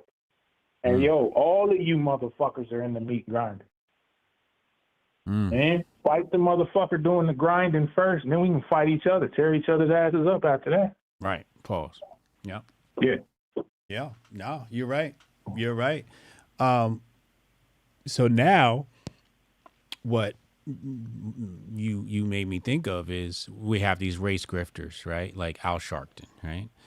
And so what does that mean? That means that white people are going to get a stock of their own race grifters. Yes. And yes, then, all that is. And they'll be their heroes today, and then tomorrow they'll be like, wait, hold on, but why were you a federal informant? You know what I'm saying? That's right. That's right. Like, 30 years from now, motherfuckers will be like, damn, the movement got corrupted through motherfuckers like Nick Fuentes, through motherfuckers like in wokeness, through motherfuckers like, they'll be naming theirs just like we've been naming our Jesse Jackson, Al Sharpton, all these motherfuckers, right? Mm-hmm. At the time that it's hot and popping, ain't nobody paying attention. Mm. But 20, 30 years from now, all you motherfuckers will understand then, but by then it might be too fucking late. Mm-hmm. So you better understand quick, fast, and in a hurry. Yeah. I wonder what happens when years from now we take the mask off of and wokeness and find out it's a Chinese operative out of Mossad. You know what I'm saying? Like, how are people going to react then? They're going to be really hurt once the mask comes off these accounts. Or it's a black guy running it. Right? I'm all for Juicy J at this point. I'm all for his solution, man. We need to knock the internet over for about 3-4 years and let shit just reset. Yeah, that's what my homie said. My homie Damien, he said humans were not ready for the internet. Hell no, we wasn't, because we're too base. We're too base in our reasoning and worldview. We just operate from the base level. And very few motherfuckers are able to actually take a tool like that and utilize it for its, best possible purpose. Yeah. Most what we do, first thing we do with the internet, porn. Bing. Oh, we have the ability to fucking talk in real time across the goddamn planet and share information. What's the first thing we fucking do and make hot on the internet? Porn. Yeah. So that just lets you know, yeah, we wasn't really. Yeah, going on several years now, you know, between OnlyFans and they're becoming a multi-billion-dollar company. Yeah. Man. Yeah. You know what you should do though is what motherfuckers should start doing is if you're gonna make porn, go ahead and make that shit, right? Mm-hmm. But just make sure that it's educational. Yeah, I mean, throw some motherfucking some real shit in there, like, cause you gotta plant the seeds wherever you can find dirt. Red pill porn. Yeah, it's red pill porn, man. Hotep porn, red pill porn. I know they're anathema. I know they go against each other, but you gotta plant the seeds wherever there's fucking dirt. And if there's dirt there, you can put a seed in it, and it'll grow in somebody, right? Yeah. There you go. Oh my God. Could you imagine a 9/11 conspiracy porn? Oh my God. That's an insane revelation. That's elite propaganda right there. I'm saying, drop about 10 minutes worth of red pill, about 5 minutes worth of fucking at the end of that bitch. You know what I mean? The whole time it'd be like that naked news where bitches is giving the news, but they steady stripping while they doing it. Yeah. That's how you keep them hooked. Oh. Dark Star. That's crazy, ain't it? Lord have mercy. All right, man. Appreciate you, bro. Enjoy your weekend. All right, bro. 07 Bill. 07 Bill. We gotta get some more callers in here. Go ahead, Rudy. Rudy, call in. Call in, Rudy. Let's see what Rudy's talking about.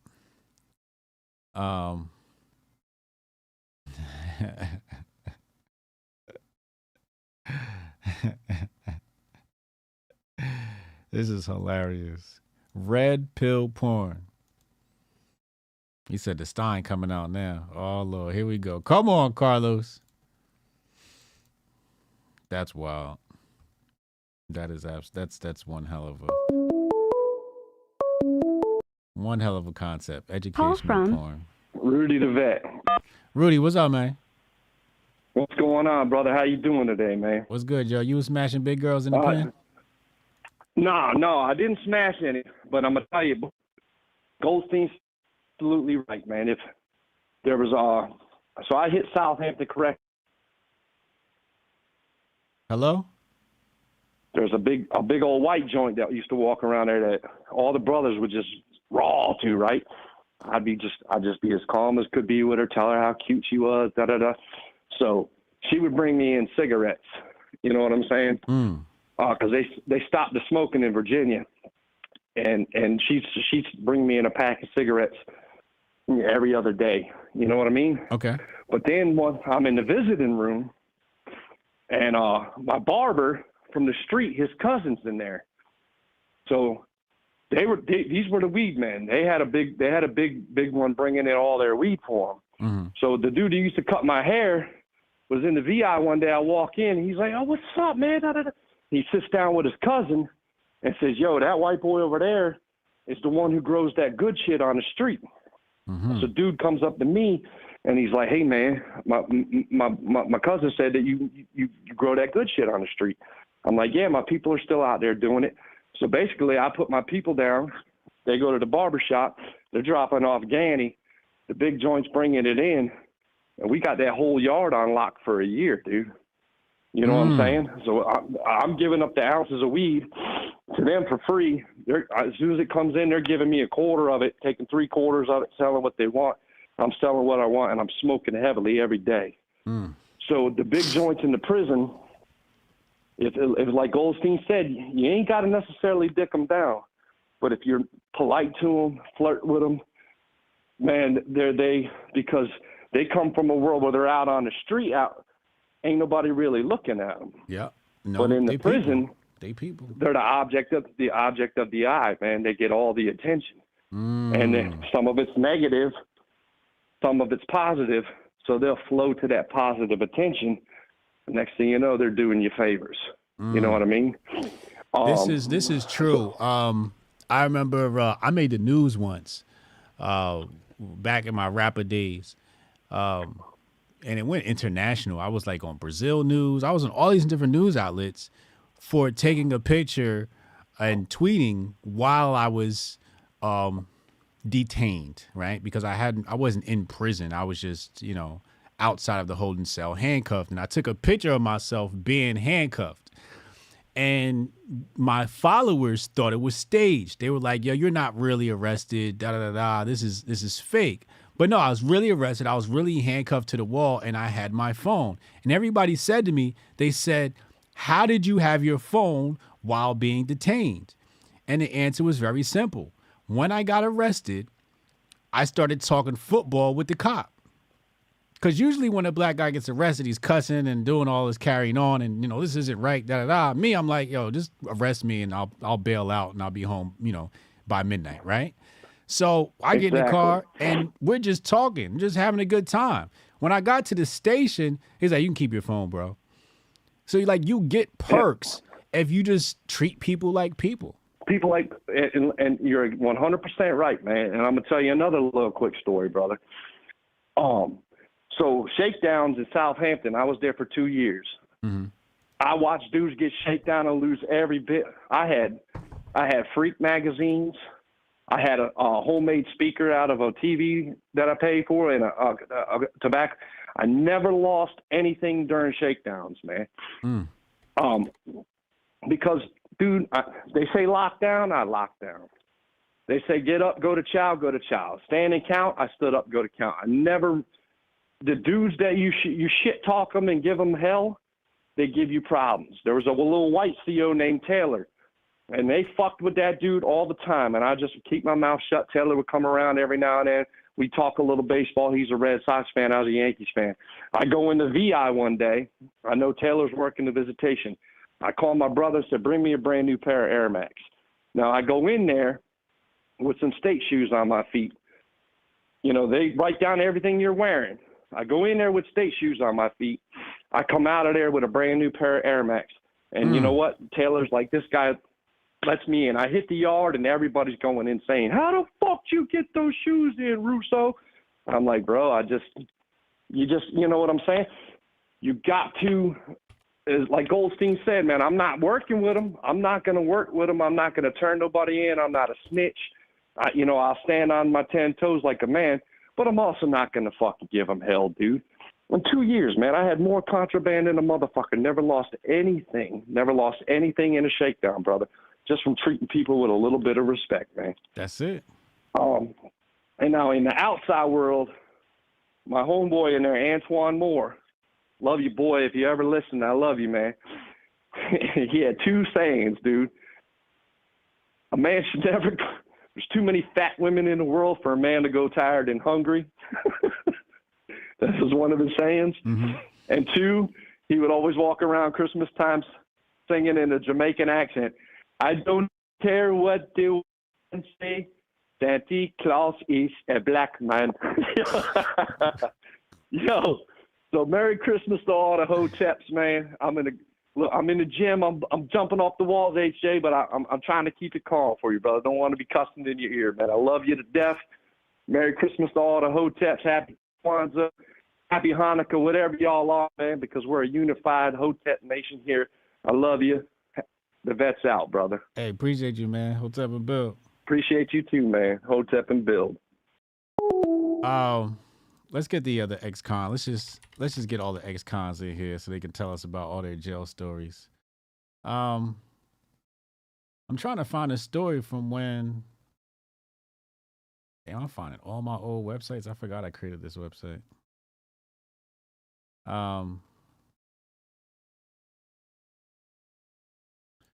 found the. All right, so here, let me show you. I have this story, but I can't find. All right, here's the one blog. Hip hop artist Daddy Boston arrested on a warrant, but the image is broken. I wanted the image, and I don't know where to find the image. Call from Strong Dad. Strong Dad, what up, man? Hey, what up? Selling Friday. I see. Motherfucking Stellan Friday. Whew. How y'all doing? I'm good, man. How you? I'm doing good. Just getting some work done before I have me a good week off. You know what I'm saying? Mm-hmm. Yo, man. Pretty much everything Rudy said, everything Goldstein said, man, it's real. Yo, when I got locked up, my first there was this white girl named Buckham, and she had like this like peg leg type walk. You know what I'm saying? She hurt her leg in the military, so she used to limp across the pod, and all the dudes would get at her. And she used to come in the room and try to sit on the nigga lap and shit like that. The But I CEO? was so young. The CEO, like she come in your room because she'd be the one on duty. So she come in your room, you know what I'm saying, check on you. It wasn't uncommon for them to do that. But if she had, if the CEO went for a walk in the other adjacent pod, then she just walked right up in your room, you know what I'm saying, and would proposition you. What? Yeah. So what happened? And I was just so young, man. It was my first time in prison, man. I was 21. I was nervous as a motherfucker, so I ain't mess around like that. Because I wasn't trying to get in trouble at that time, you know what I'm saying? Mm-hmm. But, that shit happened all the time. I've kept check for a lot of the homies who were, you know what I'm saying, getting something from the CEO. So that's not an uncommon thing at all. But, to what Rudy was talking about, when you're when you carry yourself a certain way, you can get away with a whole lot more just off rip, just because you're not in the midst. All my tattoos I got in prison, and I got them all in mostly in this place called Benton County. It was a medium closed private prison, and this dude named Trujillo, he was like a little bitch ass nigga, but he used to walk around and catch everybody. And if you got a tattoo, it came with a write up. And if you got a tattoo, somehow he knew. What do you mean it came with a write up? It came with a write-up. So a write-up is pretty much, they put a little infraction on paper. You might go to the hole, you might lose time, or the write-up just goes to your record, and then when you go up for parole, they're looking at your write-up history. There could be any punishment. Really, it's any punishment they want to give you. They cannot do anything with a write-up and just scare the shit out of you, or they can put you in the hole for fucking years if they wanted to. The scale is endless when it comes to that, because that's a whole nother world. The structure is for the public, but when you get in there, the structure is how they want it and how the inmates make it. It's not the same. So you could get a write up just because you're the coldest nigga in there. You know what I'm saying? Just because you're an enemy of somebody else, you can get a write up for any reason. But Trujillo would always catch everybody with their tattoos. But me, the first time he called me, I didn't give him no fuss or nothing. I was like, I understand, man. I was like, listen, man. I was like, what do you need me to do? Do you want me to clean up the pod? You know what I'm saying? You want me to be a janitor for a month? I didn't even let him speak, but I didn't give him no back talk. I didn't cuss him out. He was like, I see you got a fresh tattoo. And I was just like, hey, man, I did, but I'm not in here causing no trouble. What you want me to do, man? You want me to clean up? And so while everyone else's write-up came with while everyone's tattoo came with a write-up, mine just came with janitor duties. And I'll clean the pot. Yeah, man, all right, I just got a back piece. So, you know what I'm saying?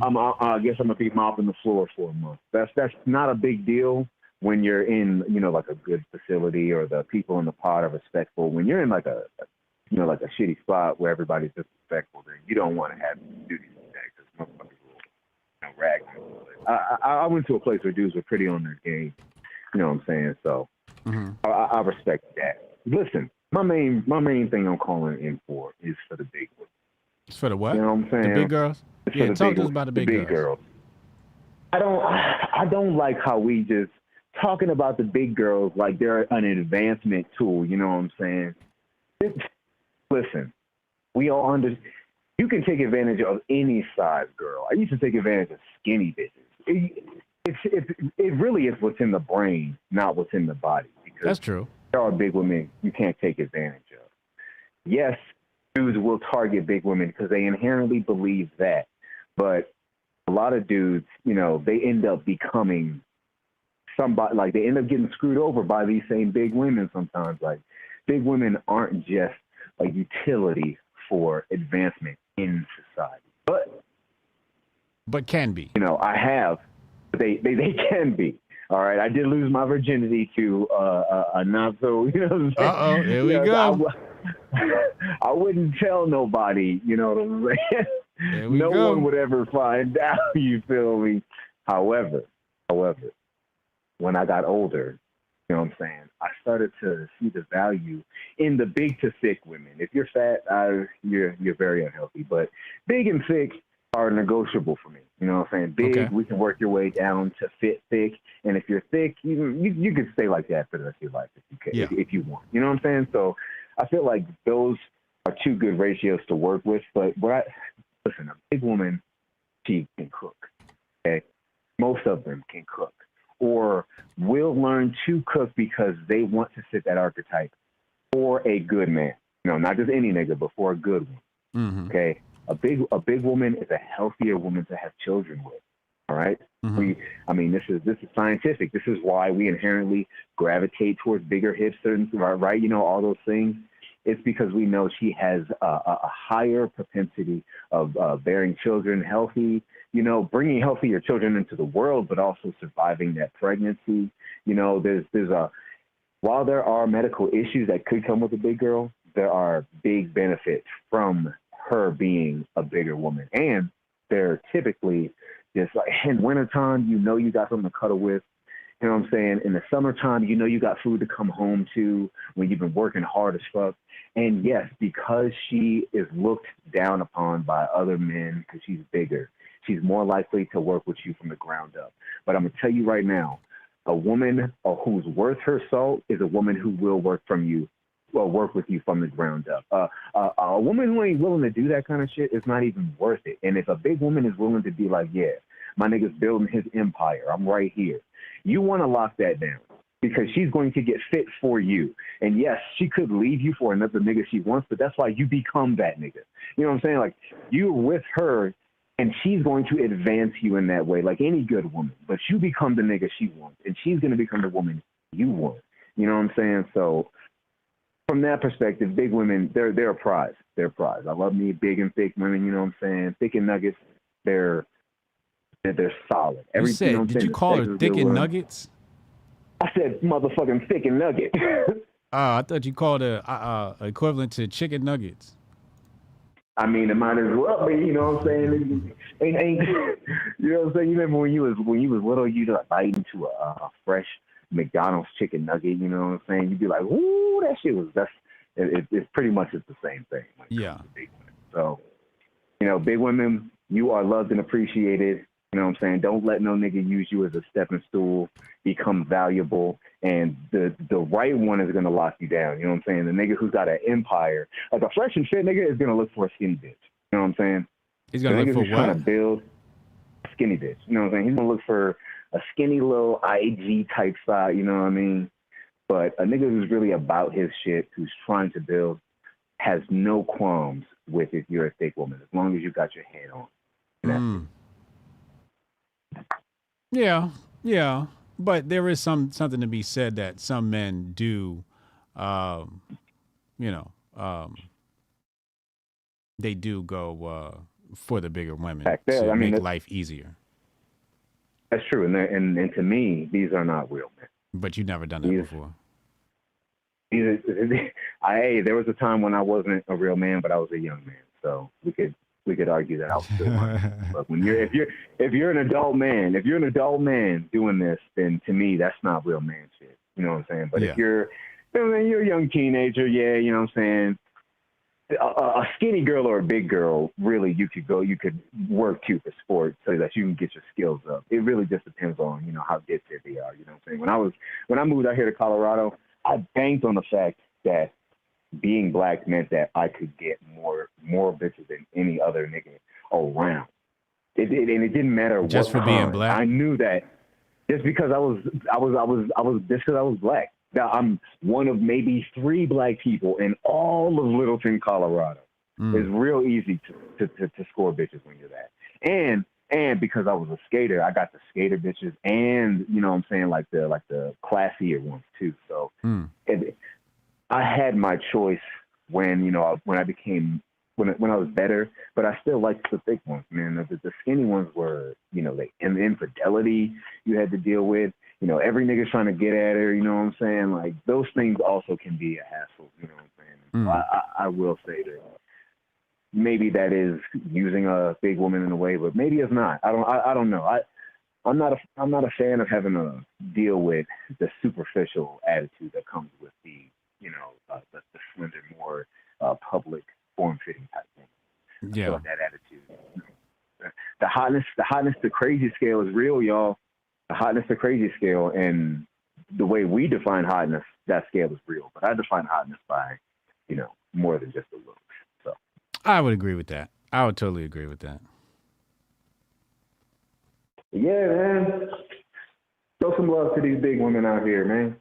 Put some respect on their name. Put some respect on their name, man. Put some respect on the big women. Yeah.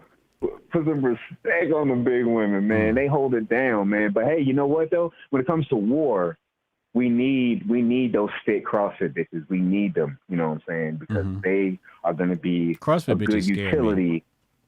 You know, CrossFit bitches are scary, but they do have a utility in society. They got arms like men. So, yo, I don't like the way CrossFit builds. And what's women, that muscle by your but neck? What's this muscle up here by your neck called? Traps.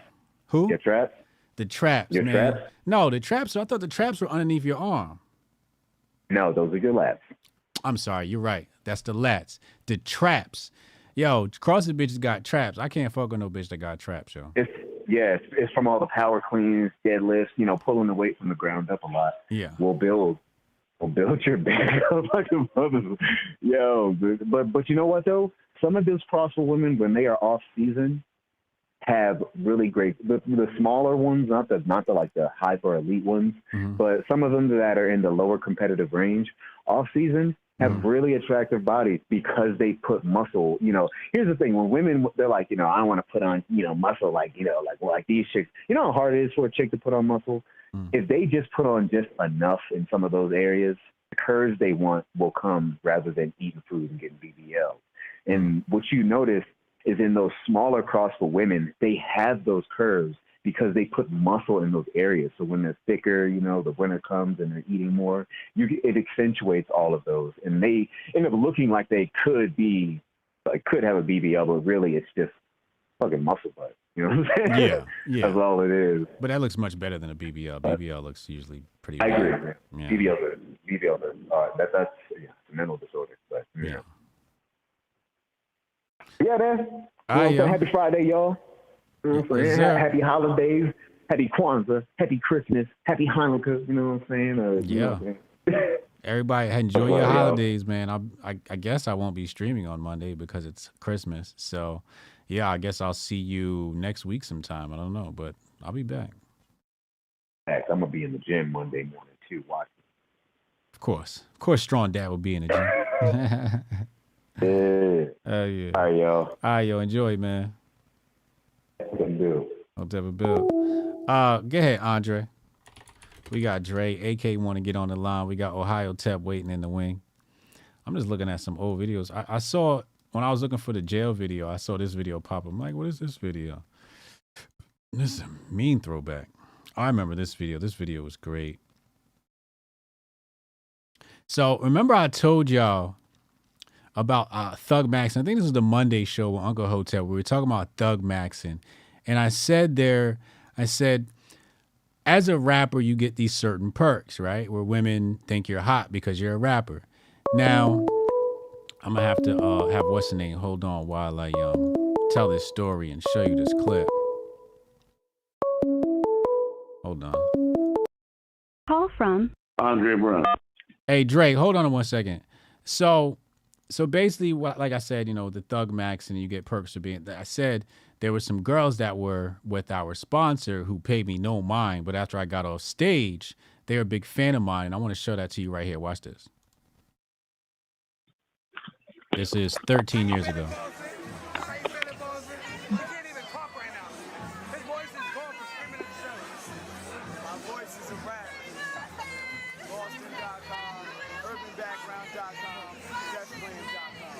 You see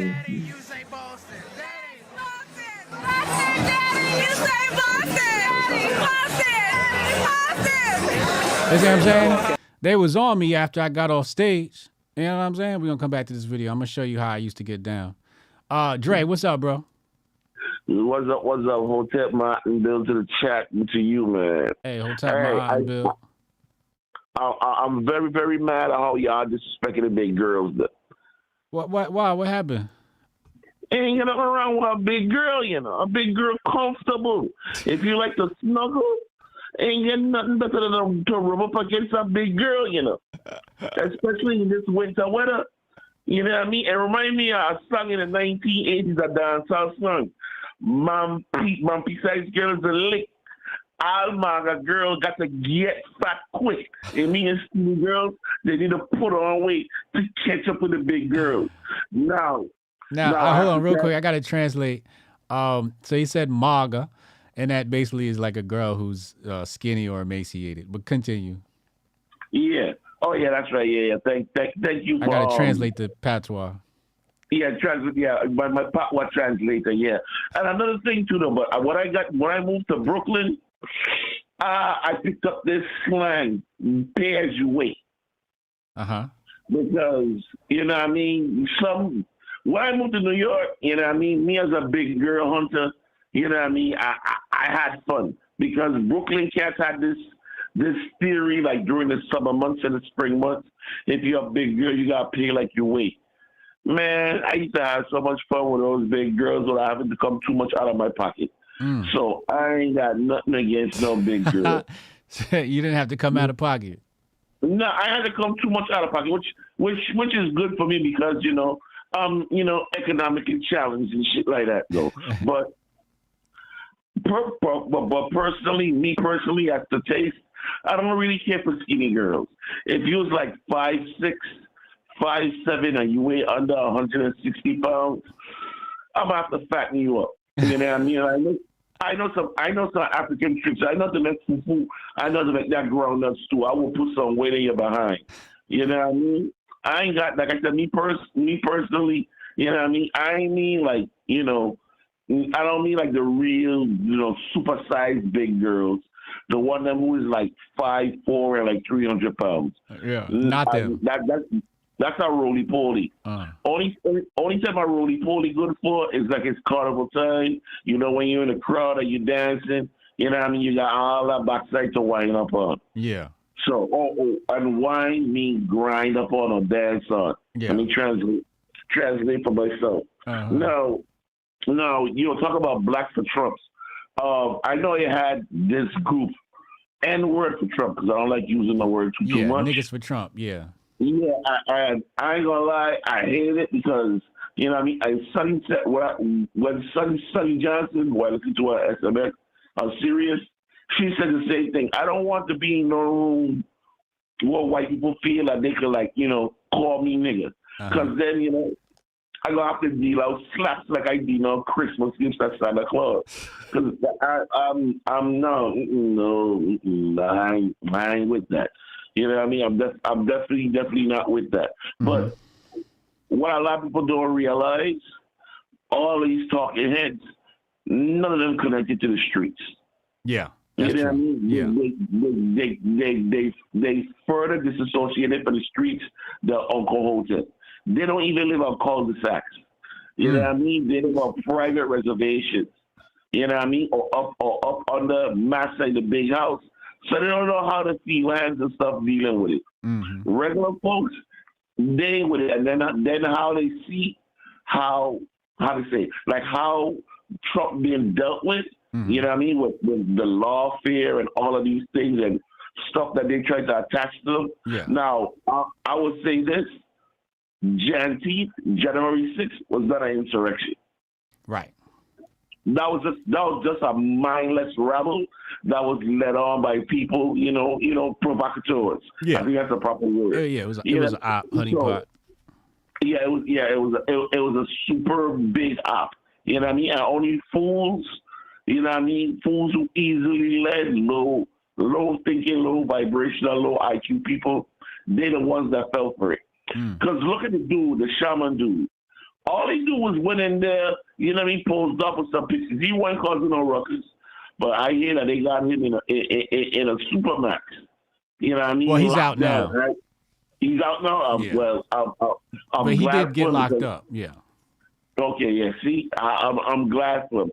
I don't think I know why they're using the word insurrection, and you hear the word insurrection anytime January 6th come up, because they're trying to use that the same way they use it against those Confederate senators who wanted to come back and get back into Congress and stuff like that. They were insurrectionists, so they're not able to serve. So they try to use that vocabulary, but because I have a bigger vocabulary and a little bit better understanding of American history, I already don't spy the hokey doke. You know what I mean? I correct anybody that looks like me that said, oh yeah, no, it was no insurrection.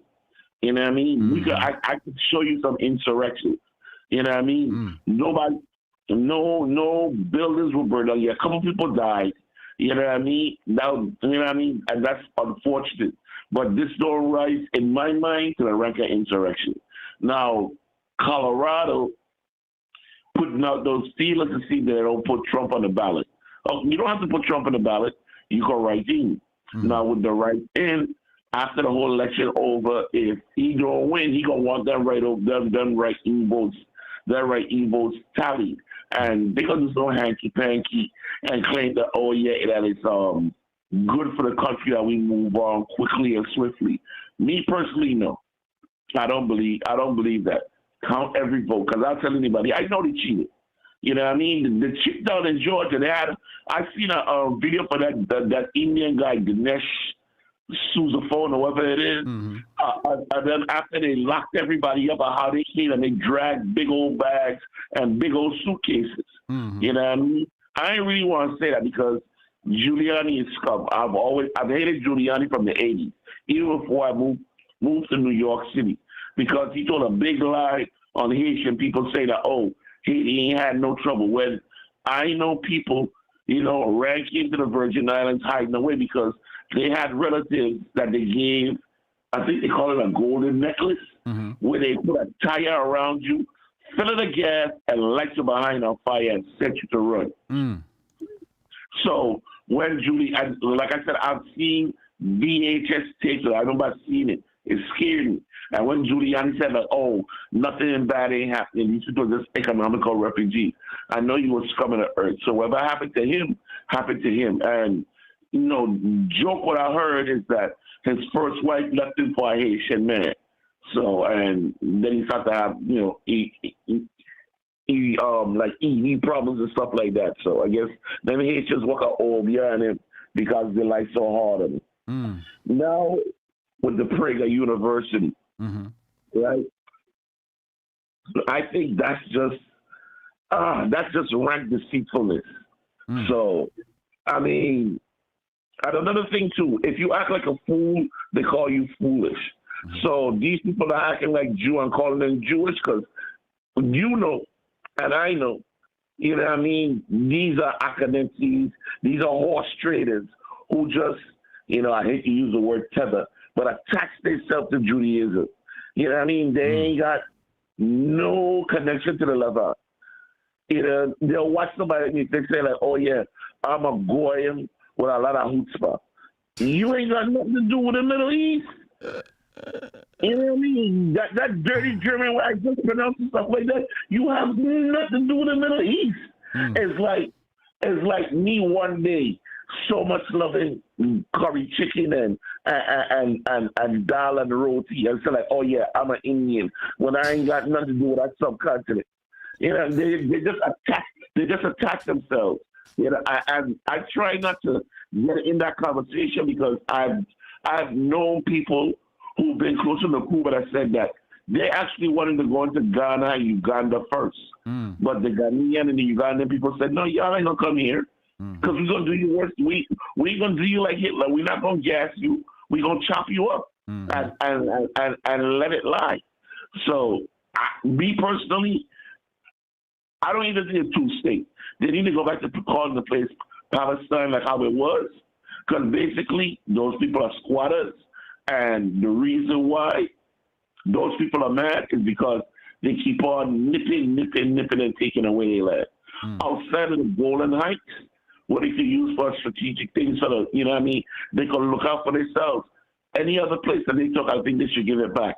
And the worst part about it, when they give it back, even after they build it up, they basically destroy it.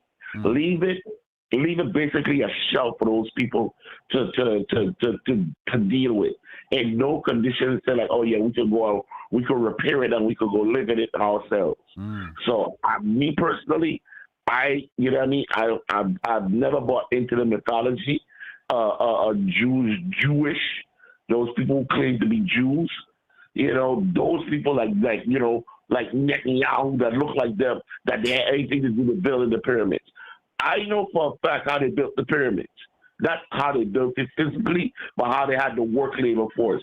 You used to have to go and give your time to the government a couple months a year. They feed you beer and bread, and you worked. That's how basically they built all of those big, those big monuments and stuff like that. That's how they did it. I don't know how they moved the stones and stuff like that, but that's how I know that they did it. They had no Jewish people under no slavery or nothing like that, building it for those 400 years. That's just a lie. Plain and simple. You know what I mean? I already don't know about the Akhenaten, who's supposed to be, who's really the Moses. You know what I mean? I know about, like I said, I know all about that since I'm a little kid. You know what I mean? Because being from St. Croix, one of the most famous people that grew up in St. Croix is Dr. Ben. So we would know. We would have. Wasn't Dr. like, Ben Jewish? Yeah. It's possibly an Ethiopian sailor. His mom was originally from an area called the Valley in St. Croix. Yeah, I think he was a black Jew, yeah. Yeah, he was, yeah. You know what I mean? But like I said, we know this because that's like a master teacher that we know from young, especially him being from the Virgin Islands. You know, Virgin Islands people keep up with famous Virgin Islands people. And one more thing I'm gonna tell you about how famous Virgin Islands was. We're the ones that gave this whole nation the game of numbers. Casper Holstein. That's the name that you need to go look up. You know what I mean? Casper what? Casper Holstein. How you spell That's the man. That's the man who gave America the numbers. You know what I mean? First went to New York. If you really know gangster history and stuff like that, it's island people is the one that started the number running and stuff like that till other people push them up. I know this because I have people that in my family that, you know, dabble in that stuff, and when they get older, they'll sit down and tell you tales. You know what I mean? If I ever meet you one of these days, I'll tell you some stories about Dutch Schultz. But I know about Dutch Schultz. Yeah, but like I said, I have to call them because I ain't like how they're disrespecting the big girls. You know what I mean? Big girls is like, especially if you live in a cold climate like this, like Jersey and stuff like that, ain't got nothing better than a big girl to go snug up against doing the warm weather. So they got to put love and respect on the big girl than me. So if you're a big girl, I love you. I love you bad. You know what they're gonna say? Bad. You know they say all the island men like big girls. Yeah, and ain't got to do with penis size. Pause. Okay, what is it then? What it is? Big girls, they got more to love and they got more love to give. They got more to love and they got more love to give. Yeah, they got more to love and more love to give. Now I understand. You know what I mean? Some guys can't handle no big car. They like, you know, little smally Fiat. Yeah, but I grew up driving, you know, 2 1/4 without power steering. So I ain't got no problem with no big girls. I definitely don't have no problem with no big girls. You know what I mean? Okay. Even though I'm not even in the next I've been on dialysis for like the second round for like probably like 15 years now. I ain't got no problem with a big girl. I like a big girl. I might not be able to lift her up, but believe you me, I'll flip you and fold you like a lunch and point on you. So, but like I said, I definitely ain't got no problem with big girls. They got to put more respect on big girls. And this whole thing with Palestine, I mean, I try not to talk too much about it. You know what I mean? Because both of them dog us out as black people. You know what I mean? So My whole thing is, you know what I mean, let them kill each other or let them think God decide them out. I appreciate the call, bro. All right, hold my building. All right, don't tell my bill. Let's take a look at this video, and then we're going to have AK come online and have AK call. Let's take a look at this video. Flashback, young Hotep Jesus, formerly known as Daddy Boston. Let's take a look. How you feeling, Boston? How you feeling, Boston? You can't even talk right now. His voice is gone from screaming at the show. My voice is a rap. Boston.com, urbanbackground.com, justblame.com. When I say daddy, you say Boston. Daddy! Boston! Boston, daddy, you say Boston! Boston! Boston! Broadcasting live from South Beach. It's your boy Daddy Boston. I'm just walking around right now, Ocean Drive. Beautiful, beautiful fucking day. Beautiful day. It's my last night here. So hopefully things go as planned. So real quick, just to give you some backstory in this video, and this is a lesson to you, all you young bucks out there that have dreams. Oh, never mind. So what happened was I had about $100 to my name total to get to Miami for this show that we did. And I could probably pull up show footage from that show somewhere in here. But I had $100 to my name, and we were there from Friday to the following Wednesday. Our sponsor only covered hotel from Friday to Sunday. Make a long story short, after our show, we ran into this dude who ran a casino. I told you about that story in the past. And he took care of the rest of my trip as far as hotel was concerned. My homeboys had left already, so I was in South Beach by myself. I'm about to go get something to eat right now. You know what I mean? Stay tuned. More footage coming to you soon.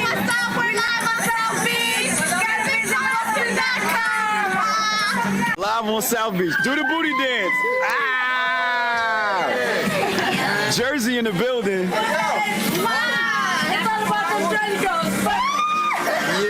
What's good? It's your boy Boston reporting again for DefGlam.com.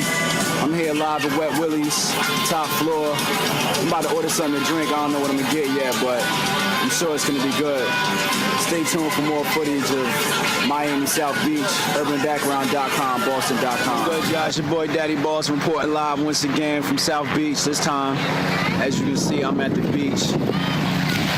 So beautiful, so beautiful. Just got me the Superman drink from Wet Willie's. You know what I mean? Tastes good. Shout out to London DeVille who suggested the drink. All my Twitter followers that suggested the call a cab. This is in the Superman. If y'all come to South Beach, hit up Wet Willie's. Make sure you get yourself a Superman. Really, really good drink. Boston.com, DefGlam.com, urbanbackground.com. You know what I mean? Miami, South Beach, that's where it's at, baby. Jersey, I'll see you when I get back. Hey, what's up? Right here in South Beach. I'm chilling with Boston. Check out Boston.com. That's right, it's your girl DJ Lady Tribe. Fucking cold. Boston.com. So remember I told you about the Native Americans? So this guy right here, this is the white guy. He was in charge, and this is one of the actual Native Americans.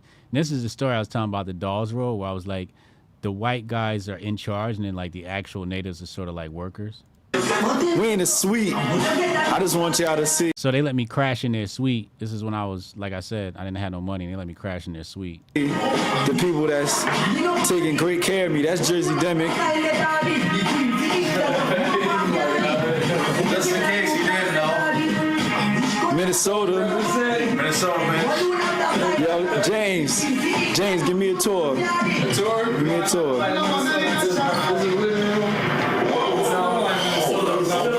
got 1,200 square feet over here. Uh-huh. We got a little bedroom over here. It's the master suite right here.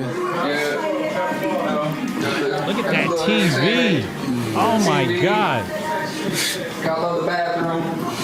So we got 4 shower heads up in here. Got 4 shower heads. Got some little jacuzzi tub. Gotta do it big in the suite, you know. Yeah, I seen it first. We in the Baller Suite down at Miami South Beach. All right, so remember we was talking about, I didn't know I had this on video. I forgot about this. Remember I told y'all about hollering at the big girl, the ugly girl? So it was my last day there. I wanted to have fun. I didn't want to hang out with dudes. I wanted to hang out with chicks. And I seen these 3 chicks sitting down having dinner. So I crashed their dinner. And this chick right here in the middle with the big nose, she was kind of like very unattractive. I basically focused all my attention on her. And then the other 2 girls were kind of like surprised. So they thought I was cool. And yeah, this girl ended up crying because she realized after a while I didn't like her. It was really wild. Another story from Here on South Beach, our boy Boston. Check him out on www.deafland.com.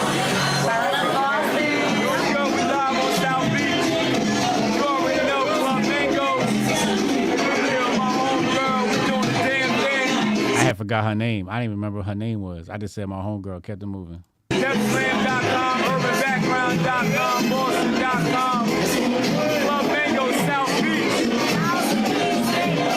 know what I mean? Miami, New York, New Jersey, we in the building, tri-state area. We holding it down. We holding it down. You know what I mean? If you ain't with us, get with us. You already know.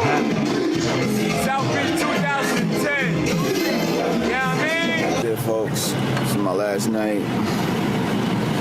That's it. I look young, no hair. Going home, back to the airport now. Jersey, I'll see you in a couple of hours. Boys gone. It was fun. It was live. This is my final. Late night chats on Skype till we broke day, yeah. And she's sweeter than rose when I'm feeling emo. She makes me feel okay. The sound of her voice makes me rejoice. I know there's many, but she's my top choice. I'm in love with her hips, I'm in love with her lips. Let's become one like a solar eclipse. Shorty down and ride like Bonnie and Clyde. Without you, I'm lost, so be my God. In a perfect world, you would be my bride. I gave up on love, but you made that die. When I'm feeling low, you keep me high. I guess that's why they call you fly. Damn. Wow, it's always good to just do a little bit of memory lane. You said I've been grifting? Been grifted, man. Weird seeing me without dreads? I know. He said Adrian Peterson jersey lets me know this old as fuck. Yeah. That was my second life. That video you saw right there. Daddy Boss is my all ego. This is my second life. Yeah. That's what that was. Let's get AK in here.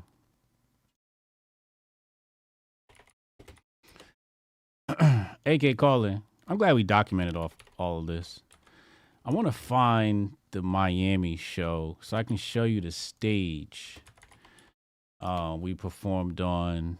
It was this one. Okay, so this is the show that we performed on. This is that same South Beach trip. That's me on the left. That's Demic on the right. Those 2 girls you see on stage right there, that's them that you saw in the beginning of the video. Call Shout out to from Demic. AK. Demic is the reason why all of this happened. Shout out to Danny. AK, what's up, bro? What's good, AJ, man? Little going down memory lane, man. It's a trip though to see the different versions of life, man. Yeah, it's so wild. I was such a different guy then. Yeah, you know, it's crazy. I didn't ever record, but there was like a period of time for like a year and a half, right when I turned 18, where I guess I would say I learned the skills of how to navigate, society, regardless of how much money you got or where you came from. And I really learned people. And I wish I had video footage because like what I remember in my head is probably a lot different than what it would look like, if I were to watch some old videos or something. So that's cool to see when you got a different phase of your life, kind of just, it almost brings you back to remember like what your mentality, even how that has shifted. You know what I'm saying? Yeah. Like That's watching trip, this man. is it's so trippy. I haven't looked at this stuff in so long. Yeah, no, it's good to do the memory lane thing, man. Yo, man, I first want to start off and say that, you know, in Hotep, we have like a very wide set of values where we can find the things that really bond us together. Yeah. So I just want to say that I myself, through my personal experience in the history that I've been able to educate myself on, I disavow Goldstein. Why? Oh, listen, man, I already said this before, and you know, people can have whatever feeling they want to have on it. But when I went to Israel and I went to a bunch of like the historical sites and learned kind of like the perspective of the foundation of the new Israel, there's like a lot of perspectives that I had that challenged the paradigm that I had before I went there. That was like through the lens that my father taught me. Right. So my dad, you know, grew up in Sierra Leone, West Africa. Came from a long line of Islamic leaders. Like my grandfather was an El Hajj because he made the pilgrimage and all this different stuff. And so like I had a different perspective. And once I was actually able to like talk to people, I just have a different viewpoint. And I want to tie it into something else that has to do, like, you know, one of the first videos talking about Abraham Lincoln, was he black? We have the ability to code our DNA and find out a lot about what the genetic markers are. Now, you can argue about what those genetic markers mean, but if you do have like common genetic pairs, you can say, well, these people are more closely related than these people, right? And so, like, to bring it back to Abraham Lincoln and then to whatever the people that we want to call that are in the area that we now identify as Israel, there is genetic commonality. So wherever those people originally came from, they are a people. And I know that there's differences between the Ashkenazi and everything like that, but there is a common genetic line. So wherever those people came from, if it wasn't the people that were there that were put into captivity by the Babylonians, that went into Egypt or whatever, these people are a people. I don't know necessarily where they came from, but through genetic sequencing, we can have a better understanding of which people are those people. You know what I'm saying? Yeah. So that's kind of how I come from that argument. But about Abraham Lincoln, and even like, you know, looking at all these historical figures, our genetic capabilities of how small of a genetic sample we need to actually create a pretty good profile is small. We should just go and do a bunch of genetic analysis, and I bet we would find that a lot of historical figures in American history have a lot of African DNA. I wish we would just go and do that shit, and then we could just put all this shit to bed, and we can be like, yes, look, it fucking, we was here. You know what I'm saying? Yeah. Like, I hope that relatively soon, because it's expensive still, right? Like, you can go and get genetic stuff done, and I'm not talking about like the swab test, like that stuff's cheap. But I'm saying where they can take like the smallest sample of something and they can pull a genetic profile, those are still like thousands of dollars. So when it gets to a point that's cost effective, we can do this with a bunch of documents, and then we can actually reinsert our power, because I think that especially in the United States, and as you said yesterday, whatever we want to call ourselves, you know, the Africans that are in the America, the United States, that we have been here and we've been a part of history, and to create these like, you know, demarcations of like, oh, well, these were the white Europeans that did this. It's like, nah, man, African ancestry and African people have been involved in every major historic event. And it's just that we haven't been able to recognize it. So it can kind of put that shit to sleep. So that's kind of the way that I look at it, man, is like, there's just so much more. Like, listen, man, I want to get your thoughts on this. I see a lot of tribalism where like we want to take a pride in like something in our genes, right? Like we want to be like our people and then ... whether it's a negative or a positive trait. But I think that has so much less to do with the things that we accomplish. And it's more or less like a way that we sometimes divide ourselves in a bad way. And I just want to know from like your perspective, like not like no bullshit aside, do you think that someone's genes have a larger impact on what their potential is than that person's character or even the culture, the way that the culture raises someone up. Yeah, I'm a firm believer in genetics, but I think character can be created. I think that genetics can be improved through generations, but I'm also a nurture over nature person. So yeah, even if somebody has inferior genetics, I think there is a cap on their potential, especially when you start talking about what type of inoculations you give them at birth and the different vaccines over the years. I'm sure that affects you in some way somehow. But outside of those circumstances, I think there is probably a cap on what you're able to accomplish or your potential. But, there's probably some sort of balance between that and, the environment that you're nurtured in. Sure. Yeah, I mean, I can understand that. And the reason I ask that is because I actually have a different viewpoint of it. I think that genetics gives us potentiality, but that spectrum of potentiality is very wide and very high. So let's say that the highest potential, let's say, let's just throw a random person and say Einstein, and then we'll put someone like Mansa Musa, right? Like we'll put them at the top and say that these are like the most brilliant minds possible. That's the highest potential. And then let's say underneath that potential is someone like Stephen Hawking, someone who has clearly a very, very high IQ. I still think that upper limit is insanely high. So for me, I think that genetics matters significantly less. I just think that there's like less the variation. Less than nurture? No. Less than like what your potential is, I should say. I think that the ceiling for what your genetics can produce, the variations between the highest of the highest and the low of the lows, of like, again, that potential, I think that gap between those is very, very small. And then I think the reason I say that is because I do think that, again, genetics has a potentiality cap to it.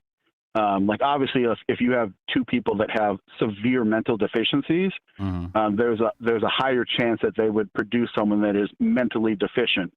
But I'm saying that outside of that mentally deficient person, if you have someone that is, of average intelligence, I think that their cap based off of their genetics, if they are able to, through nurture, right, educate themselves and truly like love knowledge, I think that their upper limit is going to be significantly closer to the highest upper limit of the most genetically pure individual.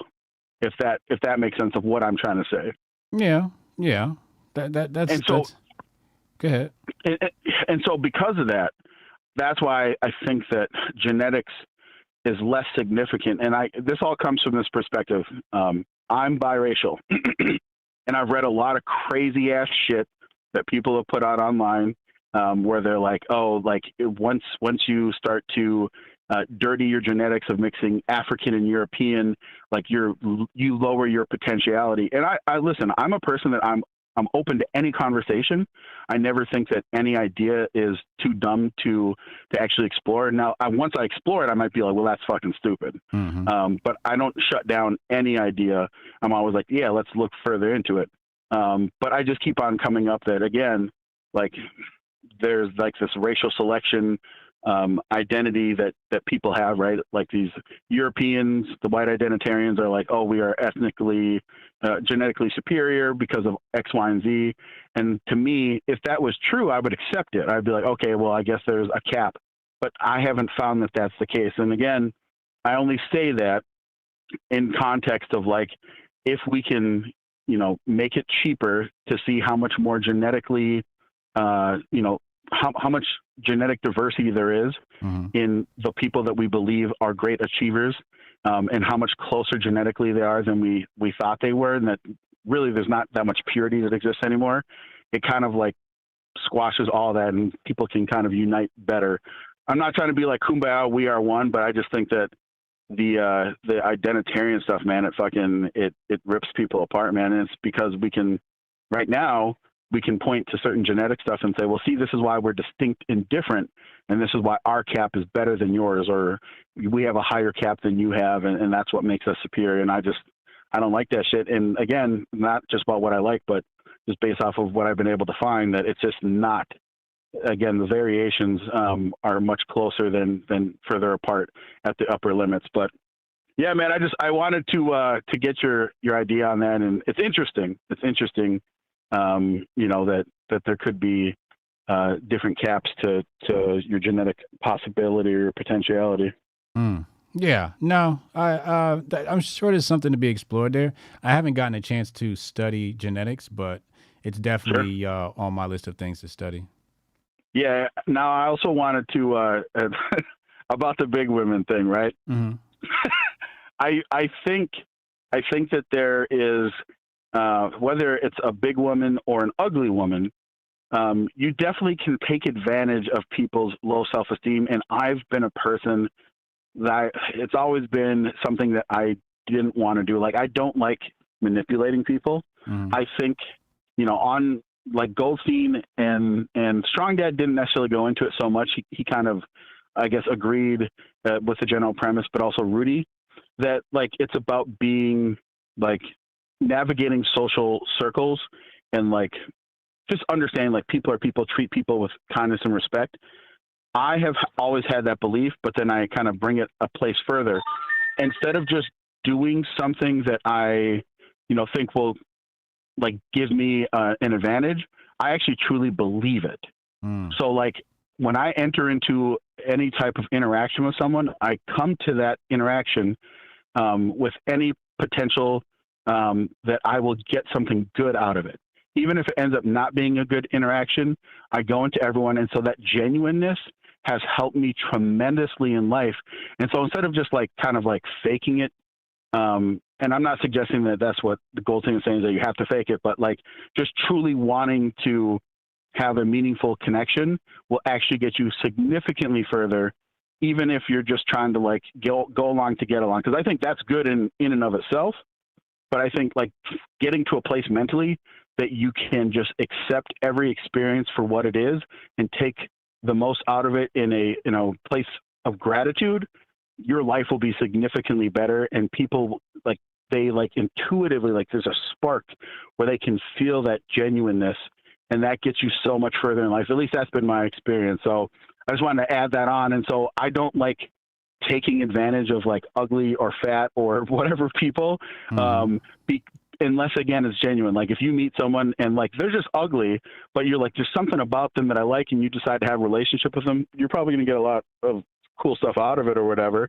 But I just think it's important to get and be your most authentic self. But if you're young and you're like fucking trying to figure stuff out, you need some practice. So yeah, go and get some free runs on it, but try and come to it with gratitude, man. So I just wanted to put in that piece as well. I'm just feeling very, very gratitude-y because it's, Christmas, Hanukkah, Kwanzaa season. So. Nah, I like that. That's a good message. You don't want to use and abuse people, right? You want to have genuine connections. So I can agree with that. I like that. That's a good message. Yeah, man. And honestly, that's what I felt when I went to Hotep Con. Like and maybe it's just because, we have like a group of people where, like you said before, real recognizes real, and you basically like funnel out the fake ass people. Like they're like, oh shit, like I have to be my authentic self because these motherfuckers can see through. But when I was at Hotep Con, every conversation and interaction I had with people was real and genuine, every single one. And like, even when I came across like Patriot J, and Olivia, I was like, I there's no way that they're going to be authentic just because like, they're out there doing their thing or whatever. And it wasn't like they were authentic, fucking real. And it's like, but every single person, man, every single person connected to Hotep that I have interacted with is like authentic and real, man. So I just want to throw that out there. That's actually kind of the mantra that pulled me into Hotep, is just being real motherfuckers, man. Yeah. Genuine. Gotta be genuine. Yep. Gotta be genuine. Gotta Absolutely. Be, man. It's the best way to be. Yeah, I appreciate that, man. I appreciate you recognizing that. Yeah, man. All right, man. Hotep and Bill. Like I said, Merry Christmas, Happy Hanukkah. I don't know if Hanukkah's over yet. And Happy Kwanzaa, whatever you celebrate, man. Yes, sir. Enjoy your holiday. All right, man. Ayo. Hotep and Bill. Later. We got Tari calling, and I know Tari got a fat girl story. So this one was the Michael Jackson tribute, and this crowd was lit. This was, I want to say this was Charlotte. Yeah, Charlotte, North Carolina. This was this is one of my favorite shows. We rocked this crowd. I gotta shout Demic out again, man. He really created another dimension in my life with this whole thing. Oh, this was dope. This is the Worcester crowd. This is the same place that who's that rappity rap nigga? Joyner Lucas. This is Joyner Lucas' hometown right here, Worcester, Massachusetts, I think. This show was lit too. This show was super lit. I was drunk as hell. Call from. Sorry. Sorry, what up, bro? What up? What's good with him, yo? Shit, AK was preaching just now. Shit. Yeah, he Shout out was. AK. Shit, shout out Goldstein too, shit. I mean, I know they had a bit of a disagreement, but no, Goldstein was preaching too. Like, he was right on point with that. You gotta be careful with that, cause that's what I think about Israel too. It's kind of hard to think that this is how, or this is what God's plan would have been, so to speak. You know what I'm saying? I don't know if it would be happening like this if it was. Yeah. But besides that, though, you touched on an interesting topic today. You know, I actually meant to ask you about what you thought about the whole, because you know they say more than just Lincoln. They say like Thomas Jefferson and all that. I think Yeah, that's in that book, The 5 Negro Presidents. Yeah, Jefferson's in there as well. Yeah. Yeah, I'm like, I don't know. I think Lincoln is probably the more convincing one for me, and mostly especially because of that little coin piece you put in there. But there's another piece to it too. You know, I was thinking about, because I've been doing a little research on the Greco-Romans, or not the Greco-Romans, the Indo-Greeks, and you know their coinage. You know, I think they did a lot of the coinage for the Chinese back then too. Like a lot of their coinage is symbolic. So the reason that argument hits so close is because that is what they did with their coins. Like it might be something there. You know, I'm just not sure though. You know, it feels. All right, let's like cut to one the of those- chase, man. You fucking big girls or not? Oh, it's okay, yeah. You said what? I was trying to slide in. Pause. I was trying to slide into it, but Well, let's just get cut to the chase, man. What's going on with you and the big girls? You got a big girl now, don't you? not anymore. Not That was anymore. the She old broke girl. up with you? No, it just ended. You know, I had a couple. I think that's how most of my relationships, circumstances. I would say though that a lot of my early real relationships were with the big girls. It's kind of what Sean Dad was saying. Your phone just cut out. Oh, for real? There you go. That sounds better. Hear me? Okay. It's kind of like what Strong Dad was saying. Yeah.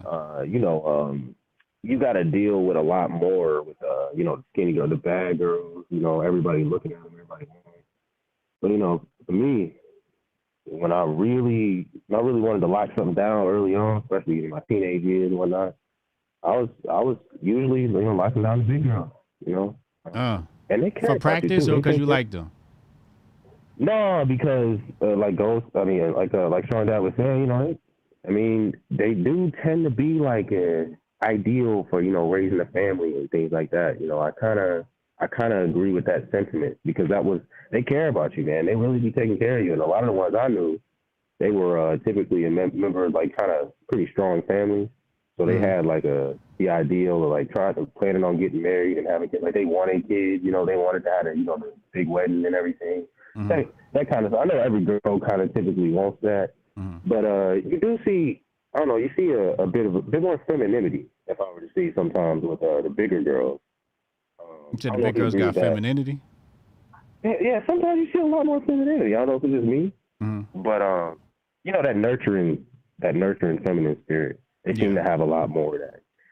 So I definitely, I appreciate the big girls, man. You know what I'm saying? Yeah. Every different strokes for different folks, But yeah, man. All right, appreciate you, man. What you ready for? You ready for Christmas? Yeah, I'm ready for the Griffies too. The Griffies coming soon. Make sure tickets going on sale next week, hopefully. Yeah, that Grifters Ball idea. I'm definitely feeling that. Yeah. Do something like that. Yeah. All right, man. Appreciate you. Yeah, man. Hotep Bill. Hotep Bill. Now, this video is funny because we opened for Soulja Boy at Six Flag, and this is the first time I ever had a crowd like we were signing autographs. Took a picture with somebody's mom, and you know I kind of feel bad because I was signing autographs under the name Daddy Boston, and now some kid has a hat somewhere, or maybe doesn't, but now they have this video of them standing next to this far right influencer. Absolutely insane. They had me pumped the whole time. That's all I gotta say. That girl was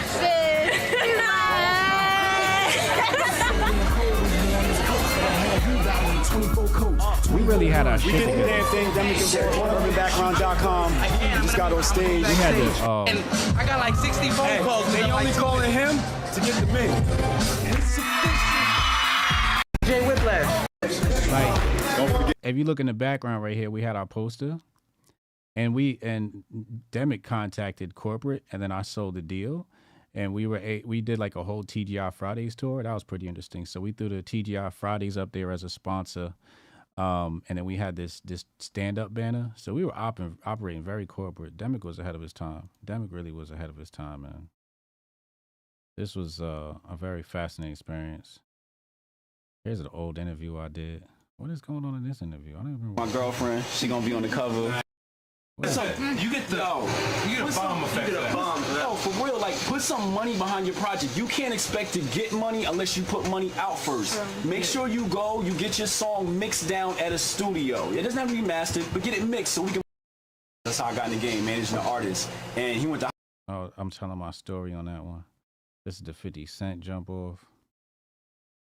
Man, really good time, man. Really good time. I remember this one. This is when my daughter was a baby. Oh my God. She was so little. Oh my God. My baby. My baby. So anyway, I hope you guys have a wonderful, wonderful, wonderful Christmas. I'm going to do my best to enjoy myself and relax. And I hope you guys do the same, man. Make sure y'all show the family love, and you know, try to be thankful and really stay in the moment. Don't spend all weekend, fucking on the internet arguing with strangers. Don't do that. Spend some time with family. Enjoy yourself. Be good and be merry. Retro Neon said 9/11 XX expose. Y'all are crazy. Emmanuel Presley, members for 8 months, said cancel Strong Dad. Oh, damn. Strong Dad like them big girls, too. The Senator Loki, 10 Hotep Jesus memberships. Senator Loki still holding us down. Still single-handedly keeping the Grift Report alive. The Senator Loki, we appreciate you. You are the mother effing man. Hope you enjoy one, especially Loki. Hope you enjoy your time. Everybody be well, be merry. And I'll see you next week sometime. Hotep and Bill. Yeah, I can try to get that handled for you. Again, it's only my second day, so if you can give me a second. How am I supposed to do this?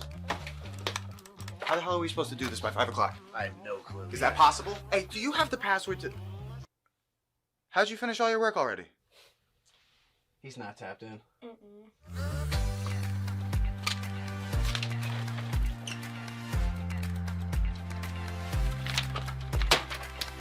How'd you get that done so quick?